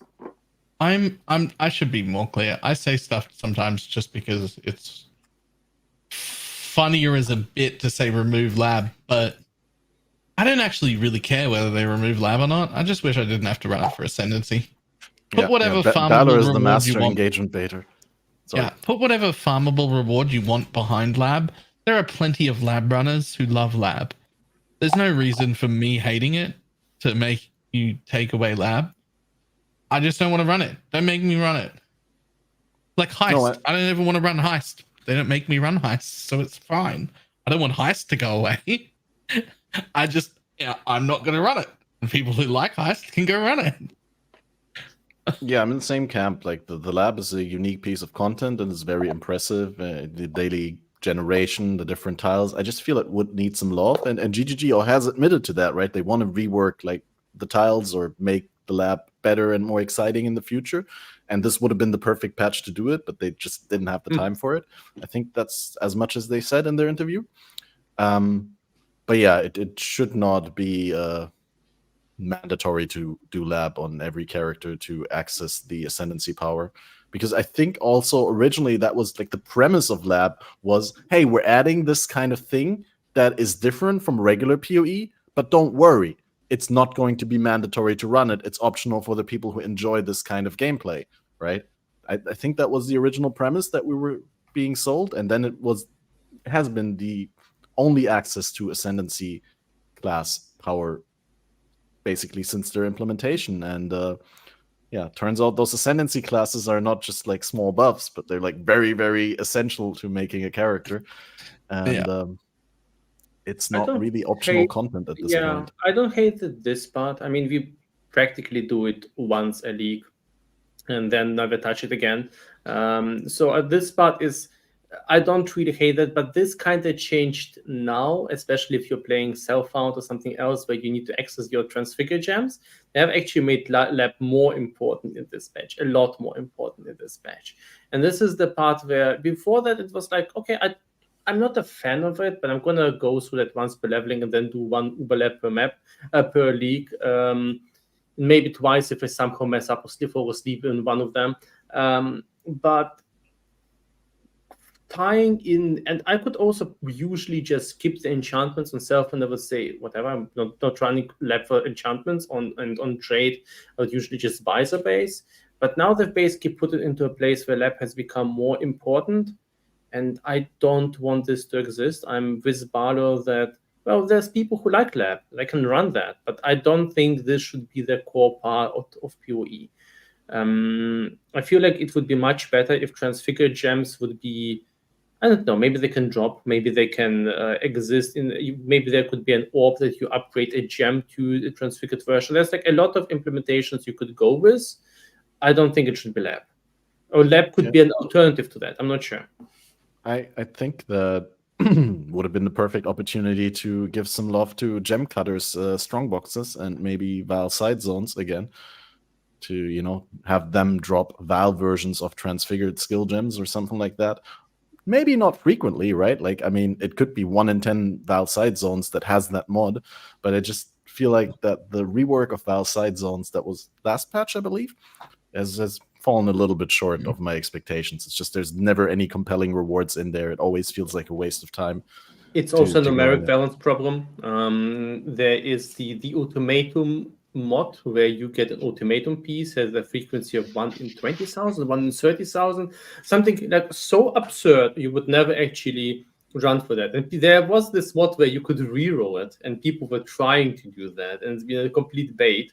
So yeah, I'm with you. I feel like Vaal zones are one of those pieces of content. They could either be cut or they could be reworked, but they're basically at this point just bloat that doesn't improve the game. But to be fair, I like what GG is doing. They're basically, every league, they're taking the worst piece of content they have and replacing it with the best thing they can come up with. And I feel except for last league with Torment, but yeah. Fair, yeah. And I feel like I hope that Vaal zones could be something on that chopping list at some point. Vaal gems themselves are a good implementation, but I honestly wouldn't even hate it if they would just tie them away from this idea of, I mean, they would not do that because it's kind of historical, but maybe they don't need to be corrupted. There's like a lot of things to look into there. I feel like the general gameplay idea of Vaal zones is not really fun. I mean, do you even run those if you see them in the maps? Maybe day one in the league, I go into every Vaal for corrupted mods. I'm going to be honest, I would run them if they didn't have a load screen on the way in and a load screen on the way out. Yeah, if they integrate them properly into maps, like, yeah, that would be different. Yeah, I agree. I also would love that if they inherited the mods that you have on your map and then had their own map mods on top of that, so that they'd be extra hard, right? And then this is something GG can't do that yet. Yeah, there's something GG can do yet. Maybe they'll come with this tech at some point. Right now, you only have global mods on a map. But if they could make like sub-zones that have a different subset of mods, that would actually allow them to do much more interesting generation. And looking at how GG has been modernizing their tech stack, I can actually fully imagine that happening. I mean, they've built the Atlas tree. I'm pretty sure they can do that at some point if they see it as a priority. I'm a big fan of all of the in-map content and a huge not fan of stuff that brings me out of my map. So, but like the shit that's downstairs this league, That's in map content. Like, it's a different zone, but it's in map. It's got my map mods on it, and it does not make me go through a load screen. Good. Vaal side areas only bad because we can't just dip in and do them. That's the reason. If you just clicked it and you were just in the Vaal area and you just could blast through and then click and be back in your map and there were no load screens, plenty of people would be running them. Plenty. I'd run all of them. Sure. Do you run your Vaal side zones, Wolfo? No. No. Okay, just wanted to know. And worst part is, whenever I go somewhere through the loading screen, like into the Vaal zone, just to see what's out there, someone always whispers me for a trade. Now I have to go back through 2 loading screens, or especially in Ultimatum.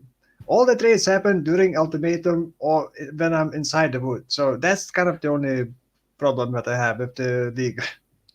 At least with Ultimatum, you get a break to message them back that you're in the middle of an ultimatum. Yeah. Nice. Yeah, no, I'd really love to see them be relevant. And like also my little jab at Tormented Spirits there that interrupted NeverSync. I really would love Tormented Spirits to be good. Like I was the most hyped about the change last league, but it's just that the AI is so bad. Yeah, I wouldn't mind them being removed. Honestly, I said that last podcast already. Like if they just removed that instead of Metamorph, I would happily still keep Metamorph over Tormented Spirits because I engage more with it and I have more fun than with Tormented Spirits. Like I have this clip from my leveling run where I went to the Basilisk in the side zone in Act 9, right? And I found a Tormented Smuggler in front of the Basilisk. Like, and I tried to chase it into the Basilisk, and it wouldn't go there. It would just like stay around the pack that it was. And I was like, dude, I'm just so enraging. Recently, GG did this rework. I think it was not recent. I think it was in the calendar or something, where they've replaced the general scaling of monsters with this idea of monster power. So every monster now has some sort of a buff representation, a numeric power level. And we like this counter to see it, but certain mechanics like Tormented Spirits and Wildwood stuff buff up their power of the monster, and Sentinel as well. So you can see, I think it was in Sentinel. So if a monster gets buffed, they can just stack these things on top of that. And at this point, Tormented Spirits don't even do that much interesting stuff. Some of them add an additional ability onto the monster, but generally speaking, they're just a power multiplier onto the monster. And I don't mind that. I feel like power multipliers are cool. I feel like it's the core concept of PoE. Give us bigger things to fight. It gives us more interesting loot. But I'm completely with you that I feel like Tormented Spirits so far have been just a huge fight to fight certain abuses, and otherwise they've been just not really a great part of the game. So I would rather see them rework that. If they want that, they create tormented areas. All monsters in this area are tormented and they have their spirit inside there already, and there's also some special multipliers on top of it. I don't know. There's like a million things you can think of. It feels like this is also just a piece of content that is not that interesting or not that creative and could be done in many better ways. There is a unique item, Fairgray's helmet, which does interact with Tormented Spirits, and you can be touched by Tormented Spirits and gain wear modifiers for the rest of the map. And that's actually a pretty strong buff. Gives you 50% increased all the damage, 50% increased attack speed, and 50% gas speed, and 50% movement speed. So I tried to make a build around that last week, but the Tormented Spirits are just so dumb. I just end up deleting that. This has been mostly influential for magic finding, for vacuum type builds, and basically suck up all the mobs and let them all get touched, and then you can magic find it for insane profits. But this is kind of the big story of the Tormented Spirits. And last week, we've been also farming Tormented Spirits in the Magic Friend group. We've been running these Nico memories with Tormented Spirits in them. Those were just amazing with a lot of magic find. If you kill a monster there, sometimes they drop like 2,000 fusings or an absolute buttload of winged scarabs. So Tormented Spirits are always mostly a magic find abuse thing. And also occasionally killing a person who's relying on their flask to survive. But there's nothing really exciting about them. Would you say it's worth using them right now? You said you were expecting to Atlas. Oh yeah, they're worth using. But that's because you get like 5 packs that are already tormented, and those packs have more quantity. And sometimes you get like a boss that is surrounded by spirits, and if this doesn't bother you, it's just a quantity boost. But the natural ones that fly around in the map, they will usually either die to AOE or hug the corner like a professional. So those are completely pointless. But the ones that inflict already tormented, those are good. But then again, if it would be something else, like if 5 monsters per pack were Wildwood Spirit Touch, or 5 monsters per pack were Empowered, or 5 monsters per pack were touched by Sentinels, it would be the same outcome. It's just literally the color of the buff, but the idea is you get some hard packs that drop more loot, and we spec into that. But there's nothing actually design or flavor-wise that is interesting about this node. Are you also spec'd into extra exiles? Oh, this is fun. This is cool. Yeah, that's true. That is very fun. It's a great way to die in the first days, and good for magic finding as well. Great way to die. Oh yeah, exiles on day 1 that are tormented, and you get like 20 of them. That leads to hilarious things, especially in the first days. I love that. I need to protect that node. This one's hilarious. Yeah, I think that one's great fun. Also, like useful later in the league, just for farming.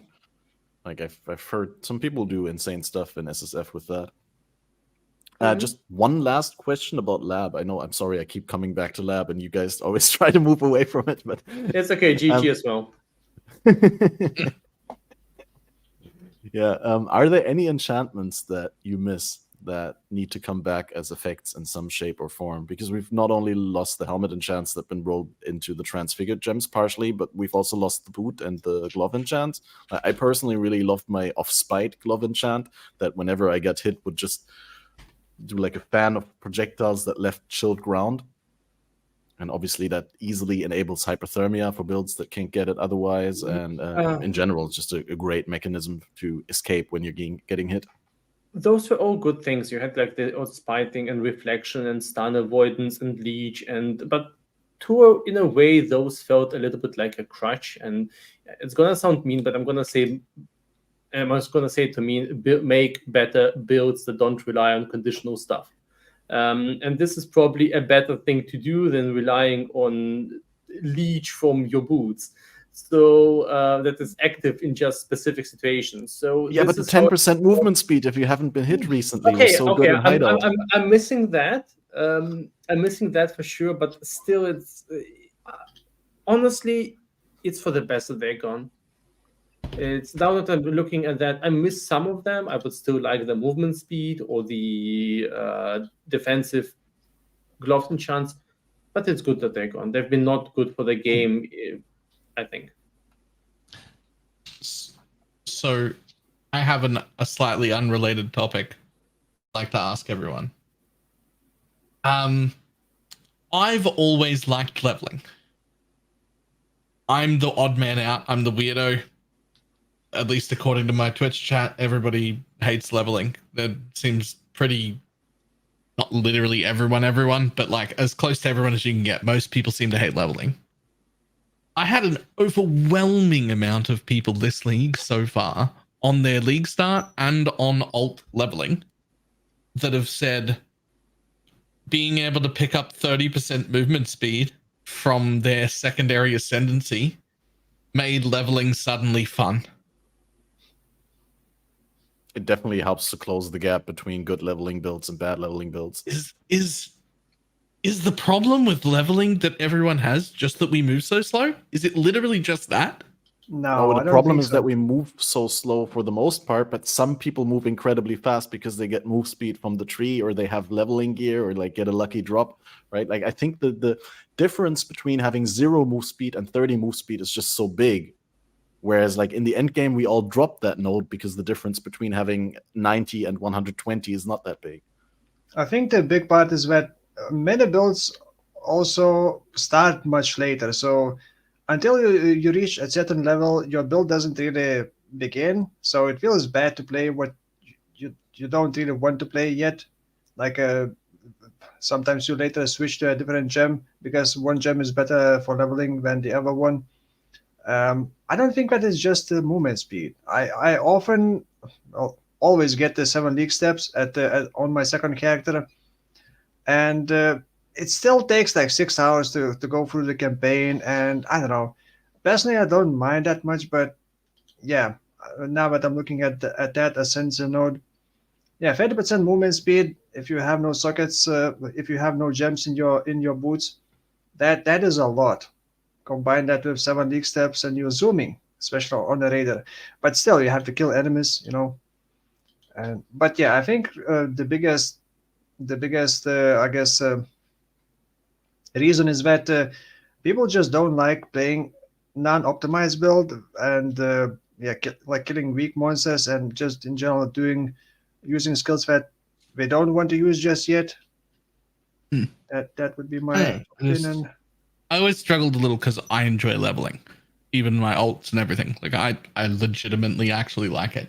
I was just very surprised by the amount of people in my chat that were like, yo, I actually loved leveling. This 30% movement speed made the difference. Like, so many people seem to like it.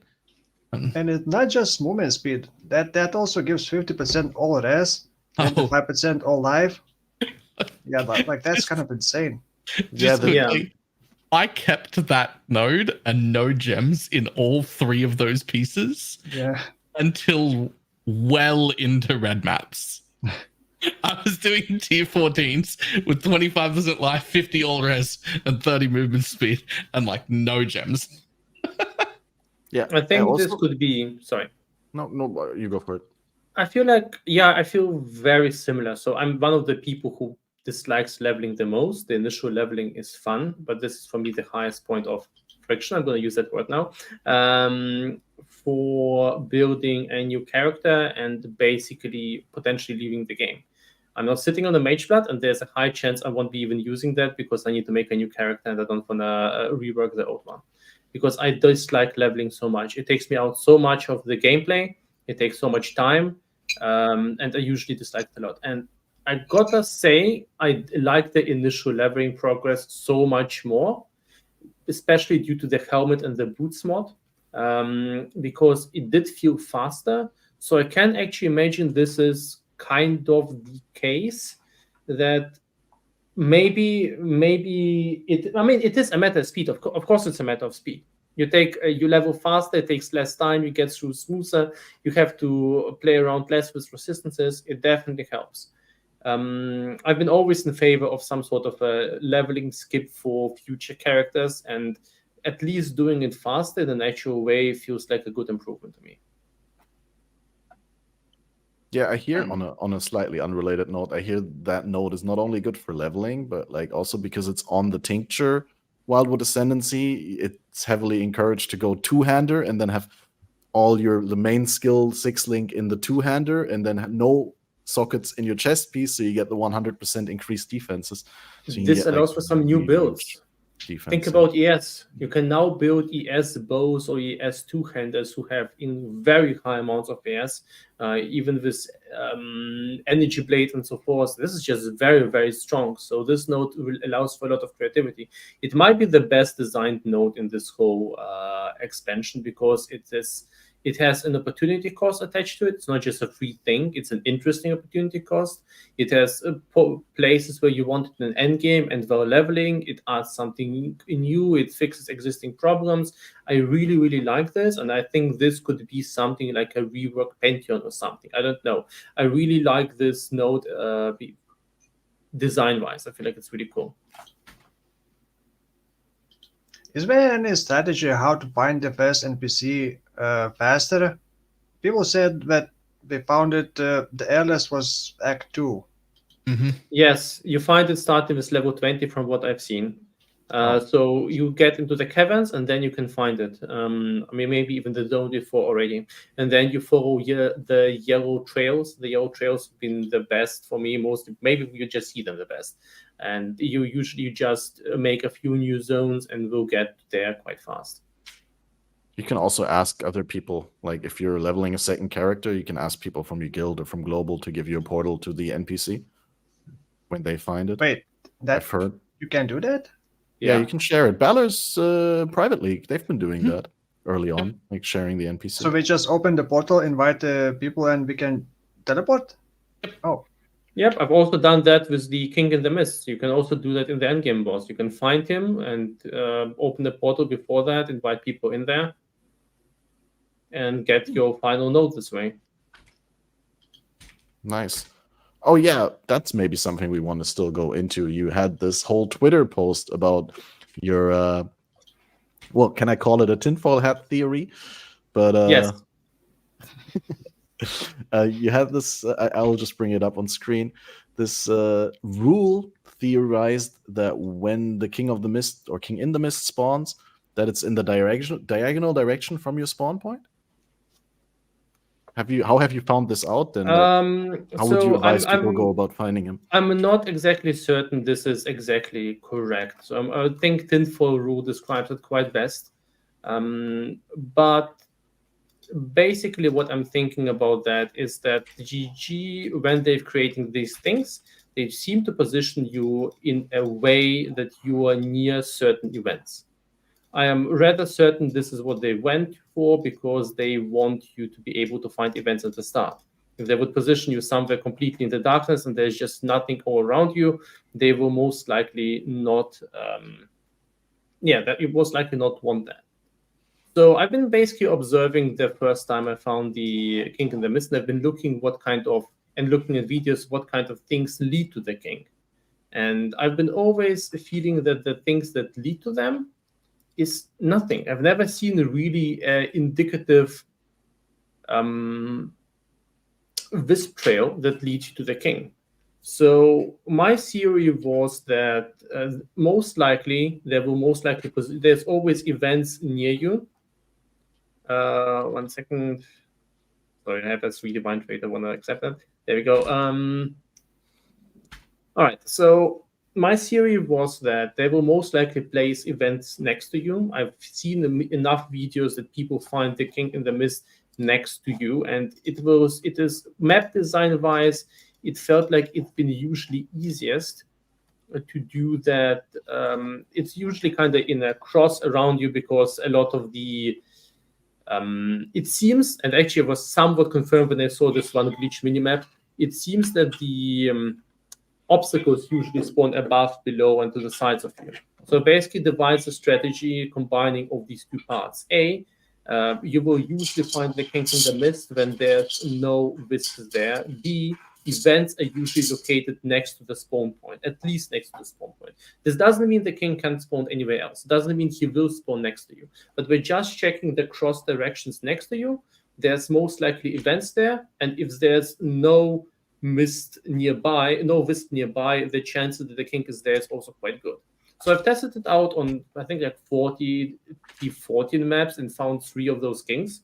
Now I'm talking about the stronghold. There's a lot of confusion going on. There's just this fight where he's outside and you can fight him directly. This is not the encounter I'm talking about. I'm talking about the one where you need to click 3 dark offerings. This is completely different, and this is the one you want to find in the end game. And yeah, after testing it for like a bunch of times, looking at some YouTube videos, it feels like it makes sense. It feels like this is the way you find him. So basically you can just do this X shape or run in a circle around you, and this seems like the best way to find events early on. Now the disadvantage to that is you'll be finding a little bit less wisps, and it's worse for actually farming charms. So it is not an ideal strategy if you want to farm charms or maximize on wisps. But if you want to maximize your chances to find bosses or completing quests, this feels like the best way to do it. I will be thoroughly testing out that theory this next week. Good luck. If you have a lot of T14 maps that you won't run, he spawns only in T14 plus, just chain them. One, get to do this cross, leave the map, run the next one. It takes you less than a minute to do this little thing. And sometimes you find some event you want to do anyway, like Harvest or Beyond. And then you will get a ton of these spawns. How far do you run off? Like 1-2 screen diagonals? Maybe a bit more, maybe even 3, but make it depend a little bit on what you find. So if you find like a huge puddle of wisps, you will basically see it's kind of like these events where you just can farm wisp or have a few bosses there. If you find light, I usually proceed running there. So my goal is to not run too far away, but run to the point where I feel like I'm running into an obstacle or something is starting there. And then depending on what I want to do, I will either do the content or run back. The goal is to check for a lot of potential areas. It's not, and I think this works decently well. I based on that drawing, I don't do crosses anymore because it doesn't get me out quick enough. So instead, I run about 2.5 screens in one direction, and then I do a big square. Yeah. Same. I'm still looking for the same things, but it uses up my stuff quicker and gets me back out if their events aren't there, which is True. I'm still walking out with 3 or 4k wisps every map anyway. So I am juicing my map regardless, but I'm mostly hunting for events and bosses. And if I just go do a big square, and then that I can just leave immediately and I don't backtrack at all. By the way, is there indication how much more you can explore? Like, there's no bar. I think so. I think there's a subtle one. So yes, it feels like there's a light circle around you, and I feel like this light circle has become a little bit more dim and shrinking as you keep exploring. I think this works like that. And if you pick up the light bulbs, it becomes bigger again. Maybe it's me going crazy there, but it feels like it is related to the amount of light you emanate. But I'm not sure. Someone mentioned that, yeah, and I tried to figure out if that's the case, but I don't know. At some point you just kind of get a feeling for that. So I'm not really looking at it anymore. I kind of know more or less how much there's left. I can usually tell when it's. I was going to ask that as well. It's not time based, definitely, right? It's like, no. It's exploration based, and you can actually. I'm pretty sure you can actually flame dash across spaces to save a little bit of that because it leaves some unexplored content. But yeah.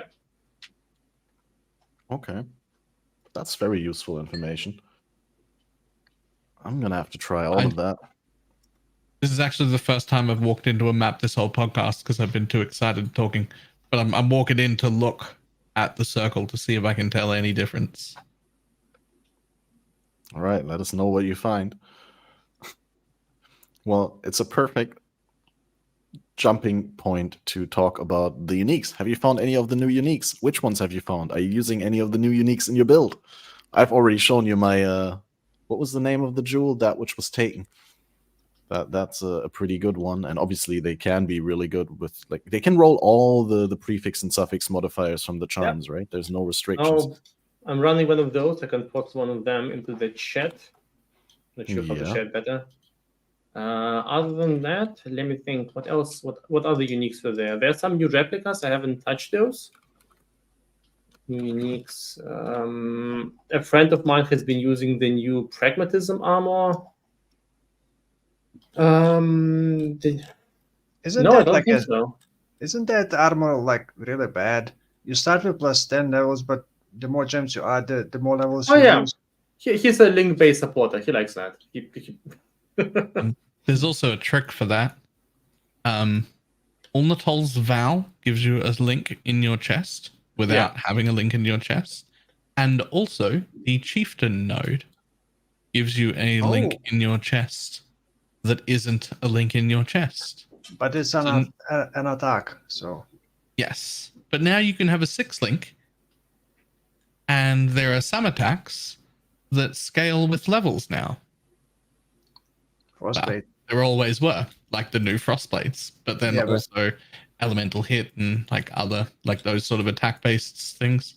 But unfortunately, the Chieftain one's melee, so Frostblades is like the only use I can come up with. But Glacial Hammer.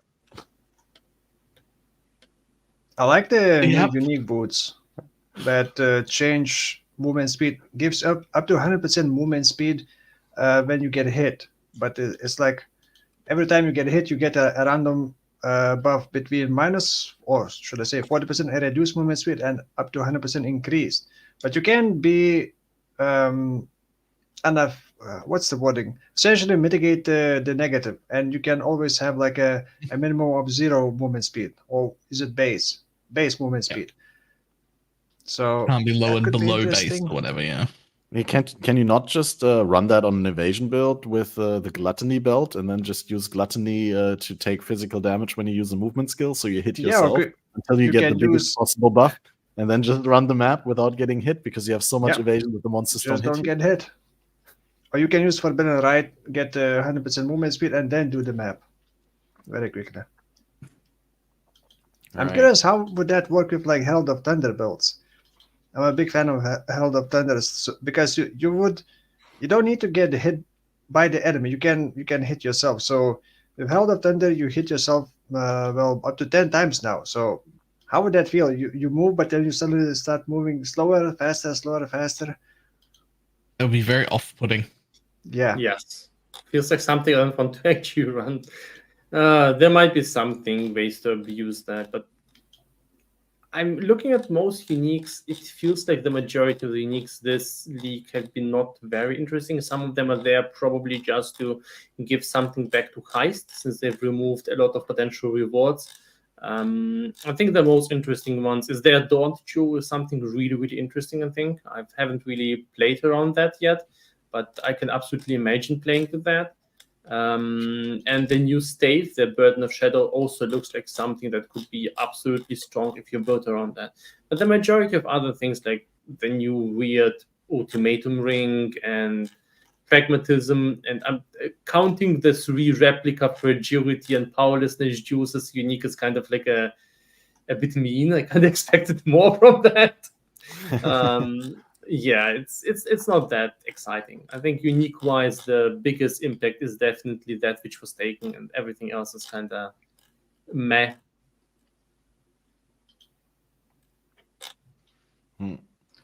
I was wondering whether that helmet, well, I don't have it here anymore, but there's this low-level helmet, the Trickster's Smile or something like that, that reflects 100 elemental damage to melee attackers randomly of one air. I was wondering whether that could work for like a reflect leveling build, but then reflect only to melee attackers is so. I mean, there's certain monsters that just won't melee attack you, so you'll still have to do something else on top. Yeah, I don't know the point of this helmet. This feels like just something that you add that potentially drops in the Wildwood. It's for reflect build. It's just, also reducing resistances to 0 or setting resistance to 0. It's not even that. I don't know. I'm maybe someone will make some cheeky way to use it, but yeah, I'm not impressed at all. Yeah, no, I definitely want to see someone make a build with that, but yeah, can't really see anything myself. The shield has an interesting modifier: 40% of elemental damage from hits taken as physical. Usually, it's hard to get something that converts from elemental into physical damage. So maybe something with that, and I don't know, pure physical mitigation build. But it's kind of low level. Wait, I got it. Yeah, it's interesting, but I don't see it being used very popularly. It definitely allows for building. It also, the block there, you would call it pretty much negative. So it is an interesting way to prevent elemental damage on a build that has a lot of physical mitigation. But I think the problem we have there is that we already have better systems to mitigate elemental damage there that just have lower drawbacks. So while it does invite some you to build around that, I don't think it is practically something that we'll see use, simply because to me it feels like better alternatives exist. Maybe it's just a leveling item, because it's easier to get a lot of resistances while leveling early on, but it's maybe harder to get, especially if you're using Tabla, harder to get physical mitigation. That's a problem. Actually, no, wait. That's actually it's not a good leveling item. Yeah, It's the other way. Yeah, it's the other way.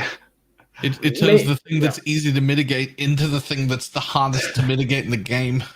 But to be fair, it's easy to have a relatively high amount of armor early on in the game versus the size of the hits, right? And if only 40% of elemental damage from hits is taken as fizz, that makes like really small hits. And if you then have a granite flask with increased armor and maybe some armor gear and some scaling, I could see this being better mitigation than resist cap. Yeah, Bramblejack is low level, gives a lot of armor early on. Wait, is it Bramblejack? I think the main problem with the thing is that it's a shield and it doesn't provide anything else. It would provide at least some other defensive or offensive benefits. I could actually see this being used. It's in a very highly competitive sport for both defense and damage, and it just doesn't feel to be offering that much. So here's kind of, if I would be going for a defensive setup, I would be using something like Dawnbreaker and multiple conversions or some Tranquility setup. Not Tranquility, how's it called? Transcendent setup. There's like a lot of things that I like a lot more that give me less downsides and also have a lot more synergy and also provide this other advantages like Dawnbreaker all around provides you with a ton of things. And this is just, I'm not sure how I feel about that. This unique design-wise, I feel like this league doesn't offer too much. The Burden of Shadows is definitely something to look at, and the new replica items, some of them are quite cool, like Replica Covenant, and some I feel like were added just as a way to not have too many good uniques within Ultimatum. Yeah. The unique sword name taker also seems kind of weak, but what is this? Up to 100% critical stack multiplier. That does sound pretty juicy. So maybe for like cast and crit build, but the instant leech could be useful. It's only for which one is the one you're talking about? The name taker sword. Name taker. I'll try and bring it up. It only for hits with this specific weapon. Yeah. So it's maybe if some build stacks a lot of flat elemental damage, maybe, I don't know. I don't see what's the purpose of this sword other than stacking flat elemental.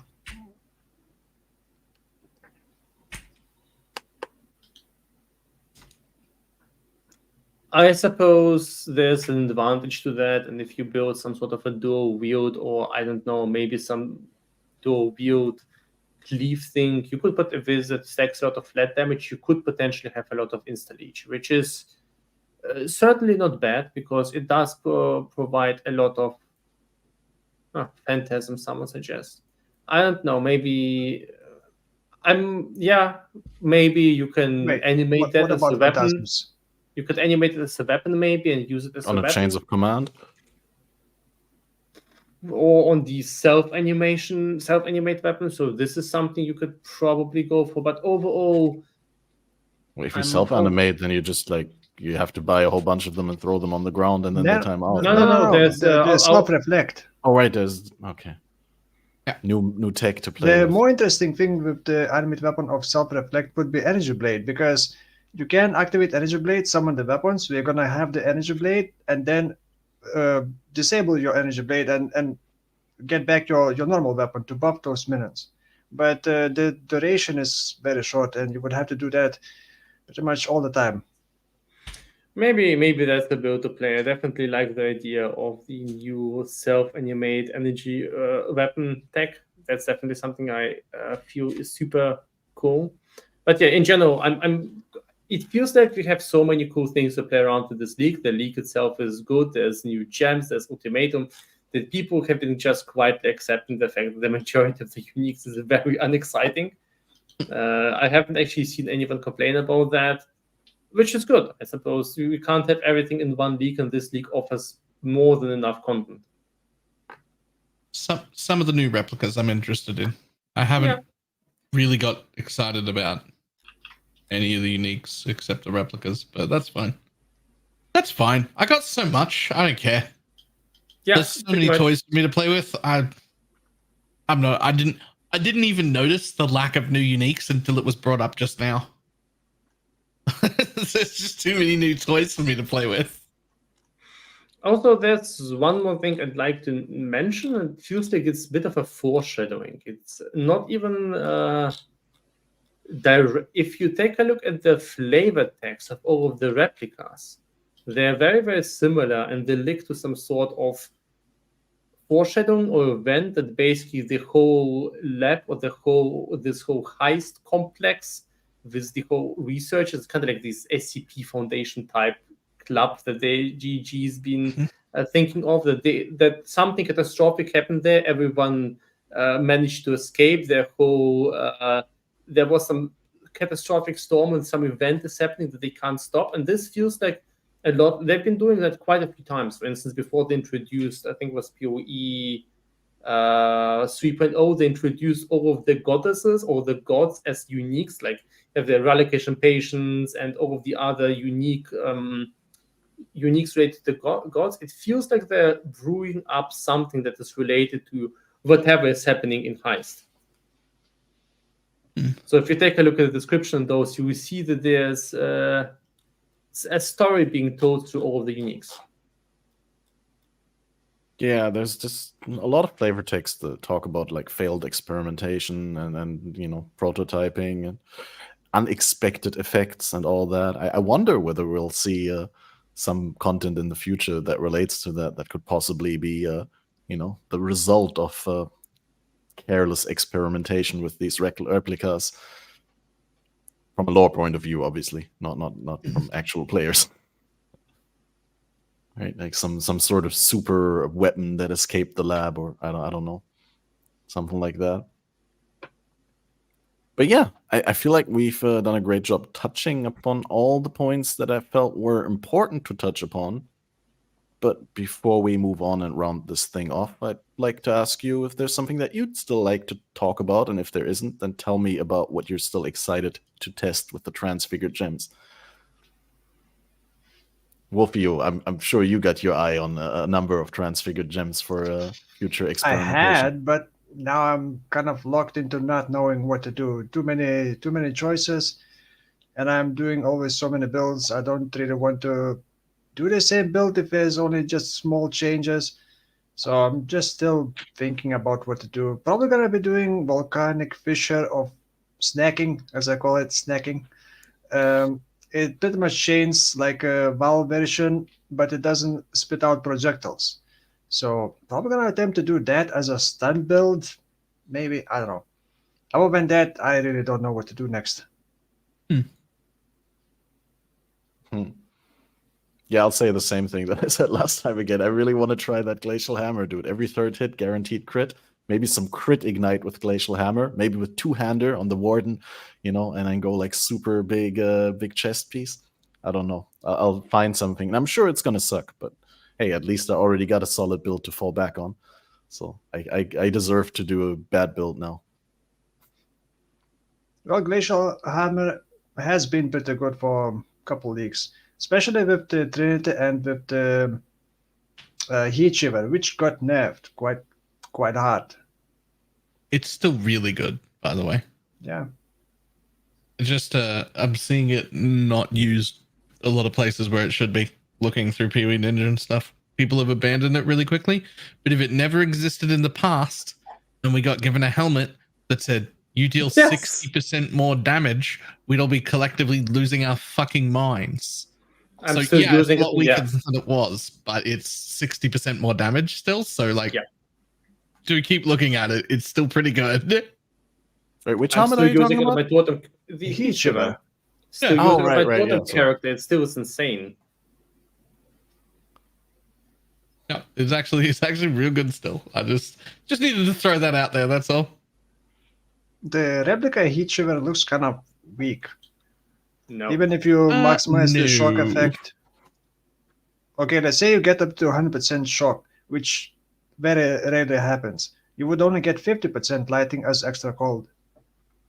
Well, even if you get, let's say you only have 50% shock, but you don't even need 100. If you get like 25% extra damage on top, that is very significant. And mixing elements, lighting and cold has always been a strong choice. I mean, if you take a look at Core of the Brotherhood converts. This adds damage on top.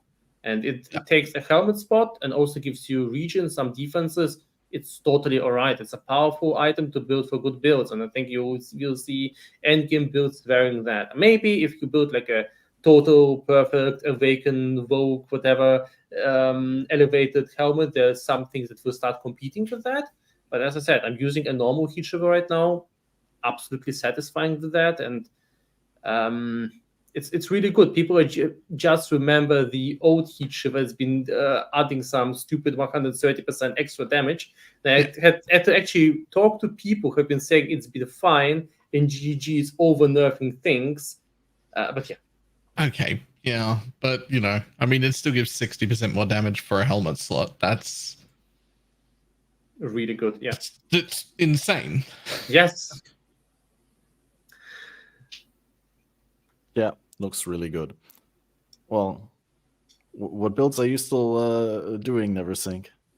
So I'm gonna spoil a bit of a piece of tech that I figured out with a friend, and it's quite awesome.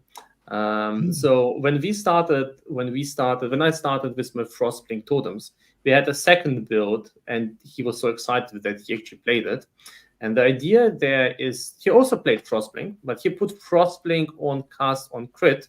It's a noxious build to look at, but it's highly effective. And he's been triggering it off the new Rage Vortex. The new Rage Vortex is rotating around you, and it kind of like is a stationary. It's kind of like a Blade Vortex or a Cyclone, but you don't actually need to channel it. So it triggers all the time off you. It actually has built an infinite rage deck, so that you can stay in all the time. But not actually talking about that. It's not so. It's interesting, but not the core point I want to get you.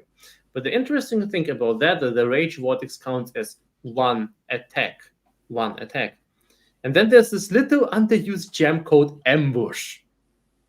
So if you pop an ambush before a Rage Vortex, you basically have a guaranteed 100% crit and a ton of multiplier on your Rage Vortex for the whole duration of the Rage Vortex, as long as you generate some rage.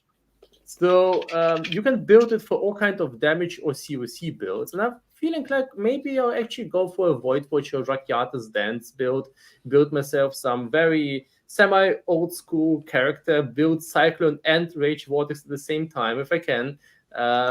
We'll see how this goes, or go for some COC variation. But it feels like it's a very cool piece of tech, and I'm pretty sure someone will instantly complain about me spoiling the beans there. That sounds cool.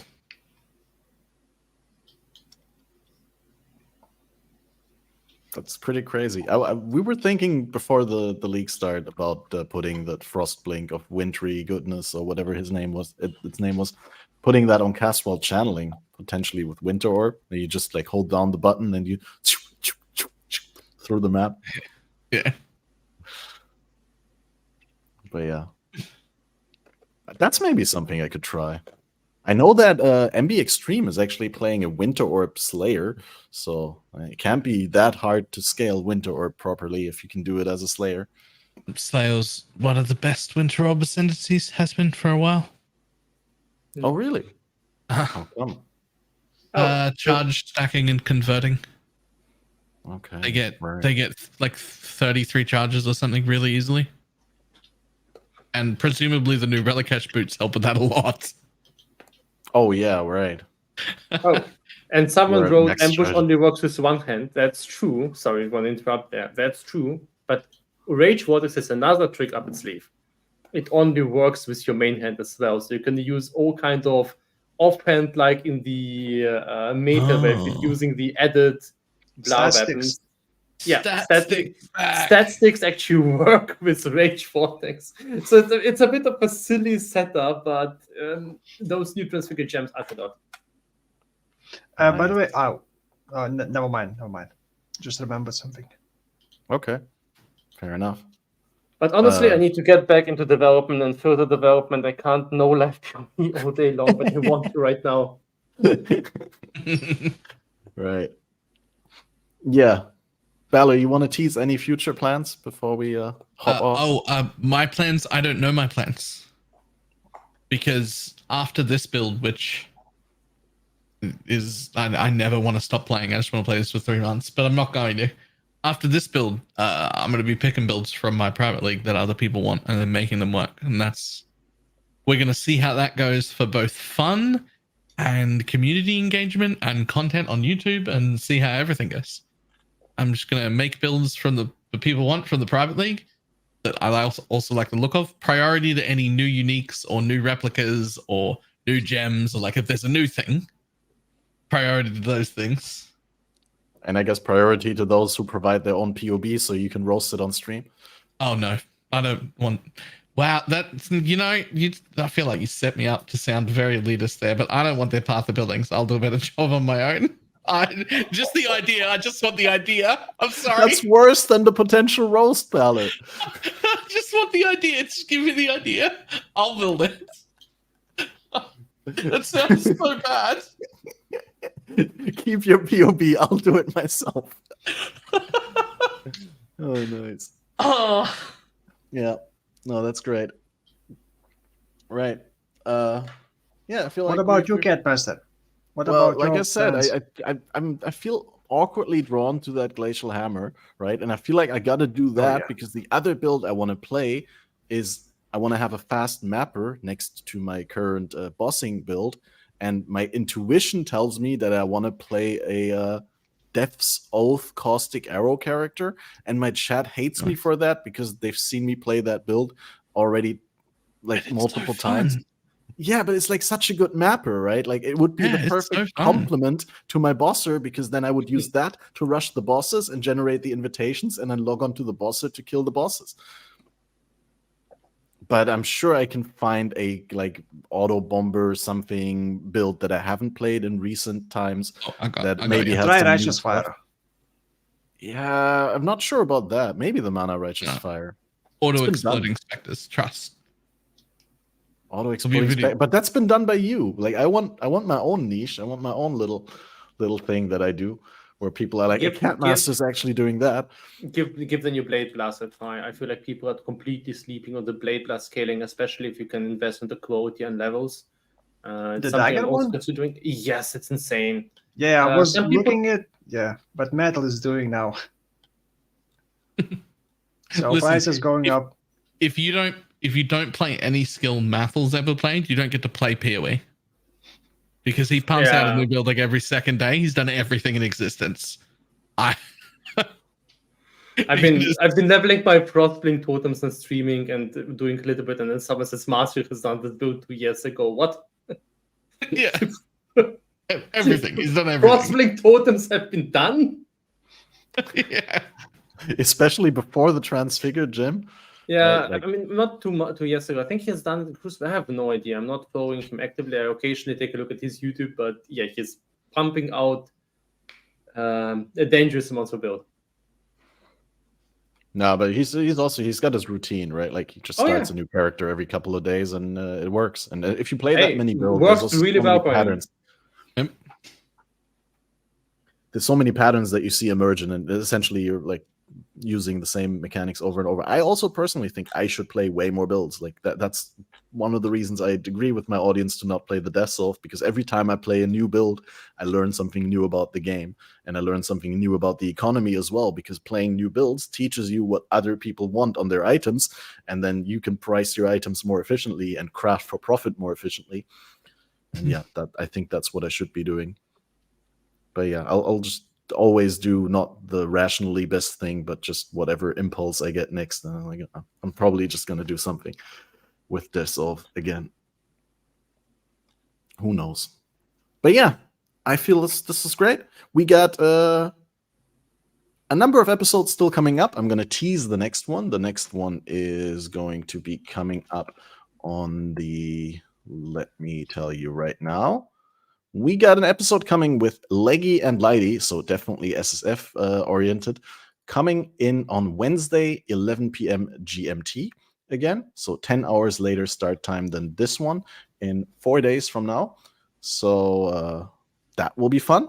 If you've missed the beginning of this podcast, you can find the full VOD always on Twitter now, and on YouTube, and on Twitch for a couple of days before it disappears. And it is also on Spotify with video, and on a lot of other podcast platforms as the audio version. Make sure that you guys follow and subscribe to these awesome creators on the panel here. NeverSync with the filter blade is the savior for us all on League Start, so we don't have to make our own filter from scratch. And has been doing this for years. So thank you very much for providing that amazing community tool. And Wolfo is the man for experimenting with weird builds. And definitely check out that YouTube, because I expect there to be a lot of experimental content this league. And that said, I thank you for being here. Thanks that you could make the time. Thanks to the audience for watching. Thanks to all the supporters. And looking forward to welcoming you back next time. And until then, have a wonderful day, and bye-bye. May your, what does Sir Gog always say? May your Vaal orbs have interesting results. I think that's a good one. Anyway, shout out. Bye-bye, guys. Thank you. Bye-bye.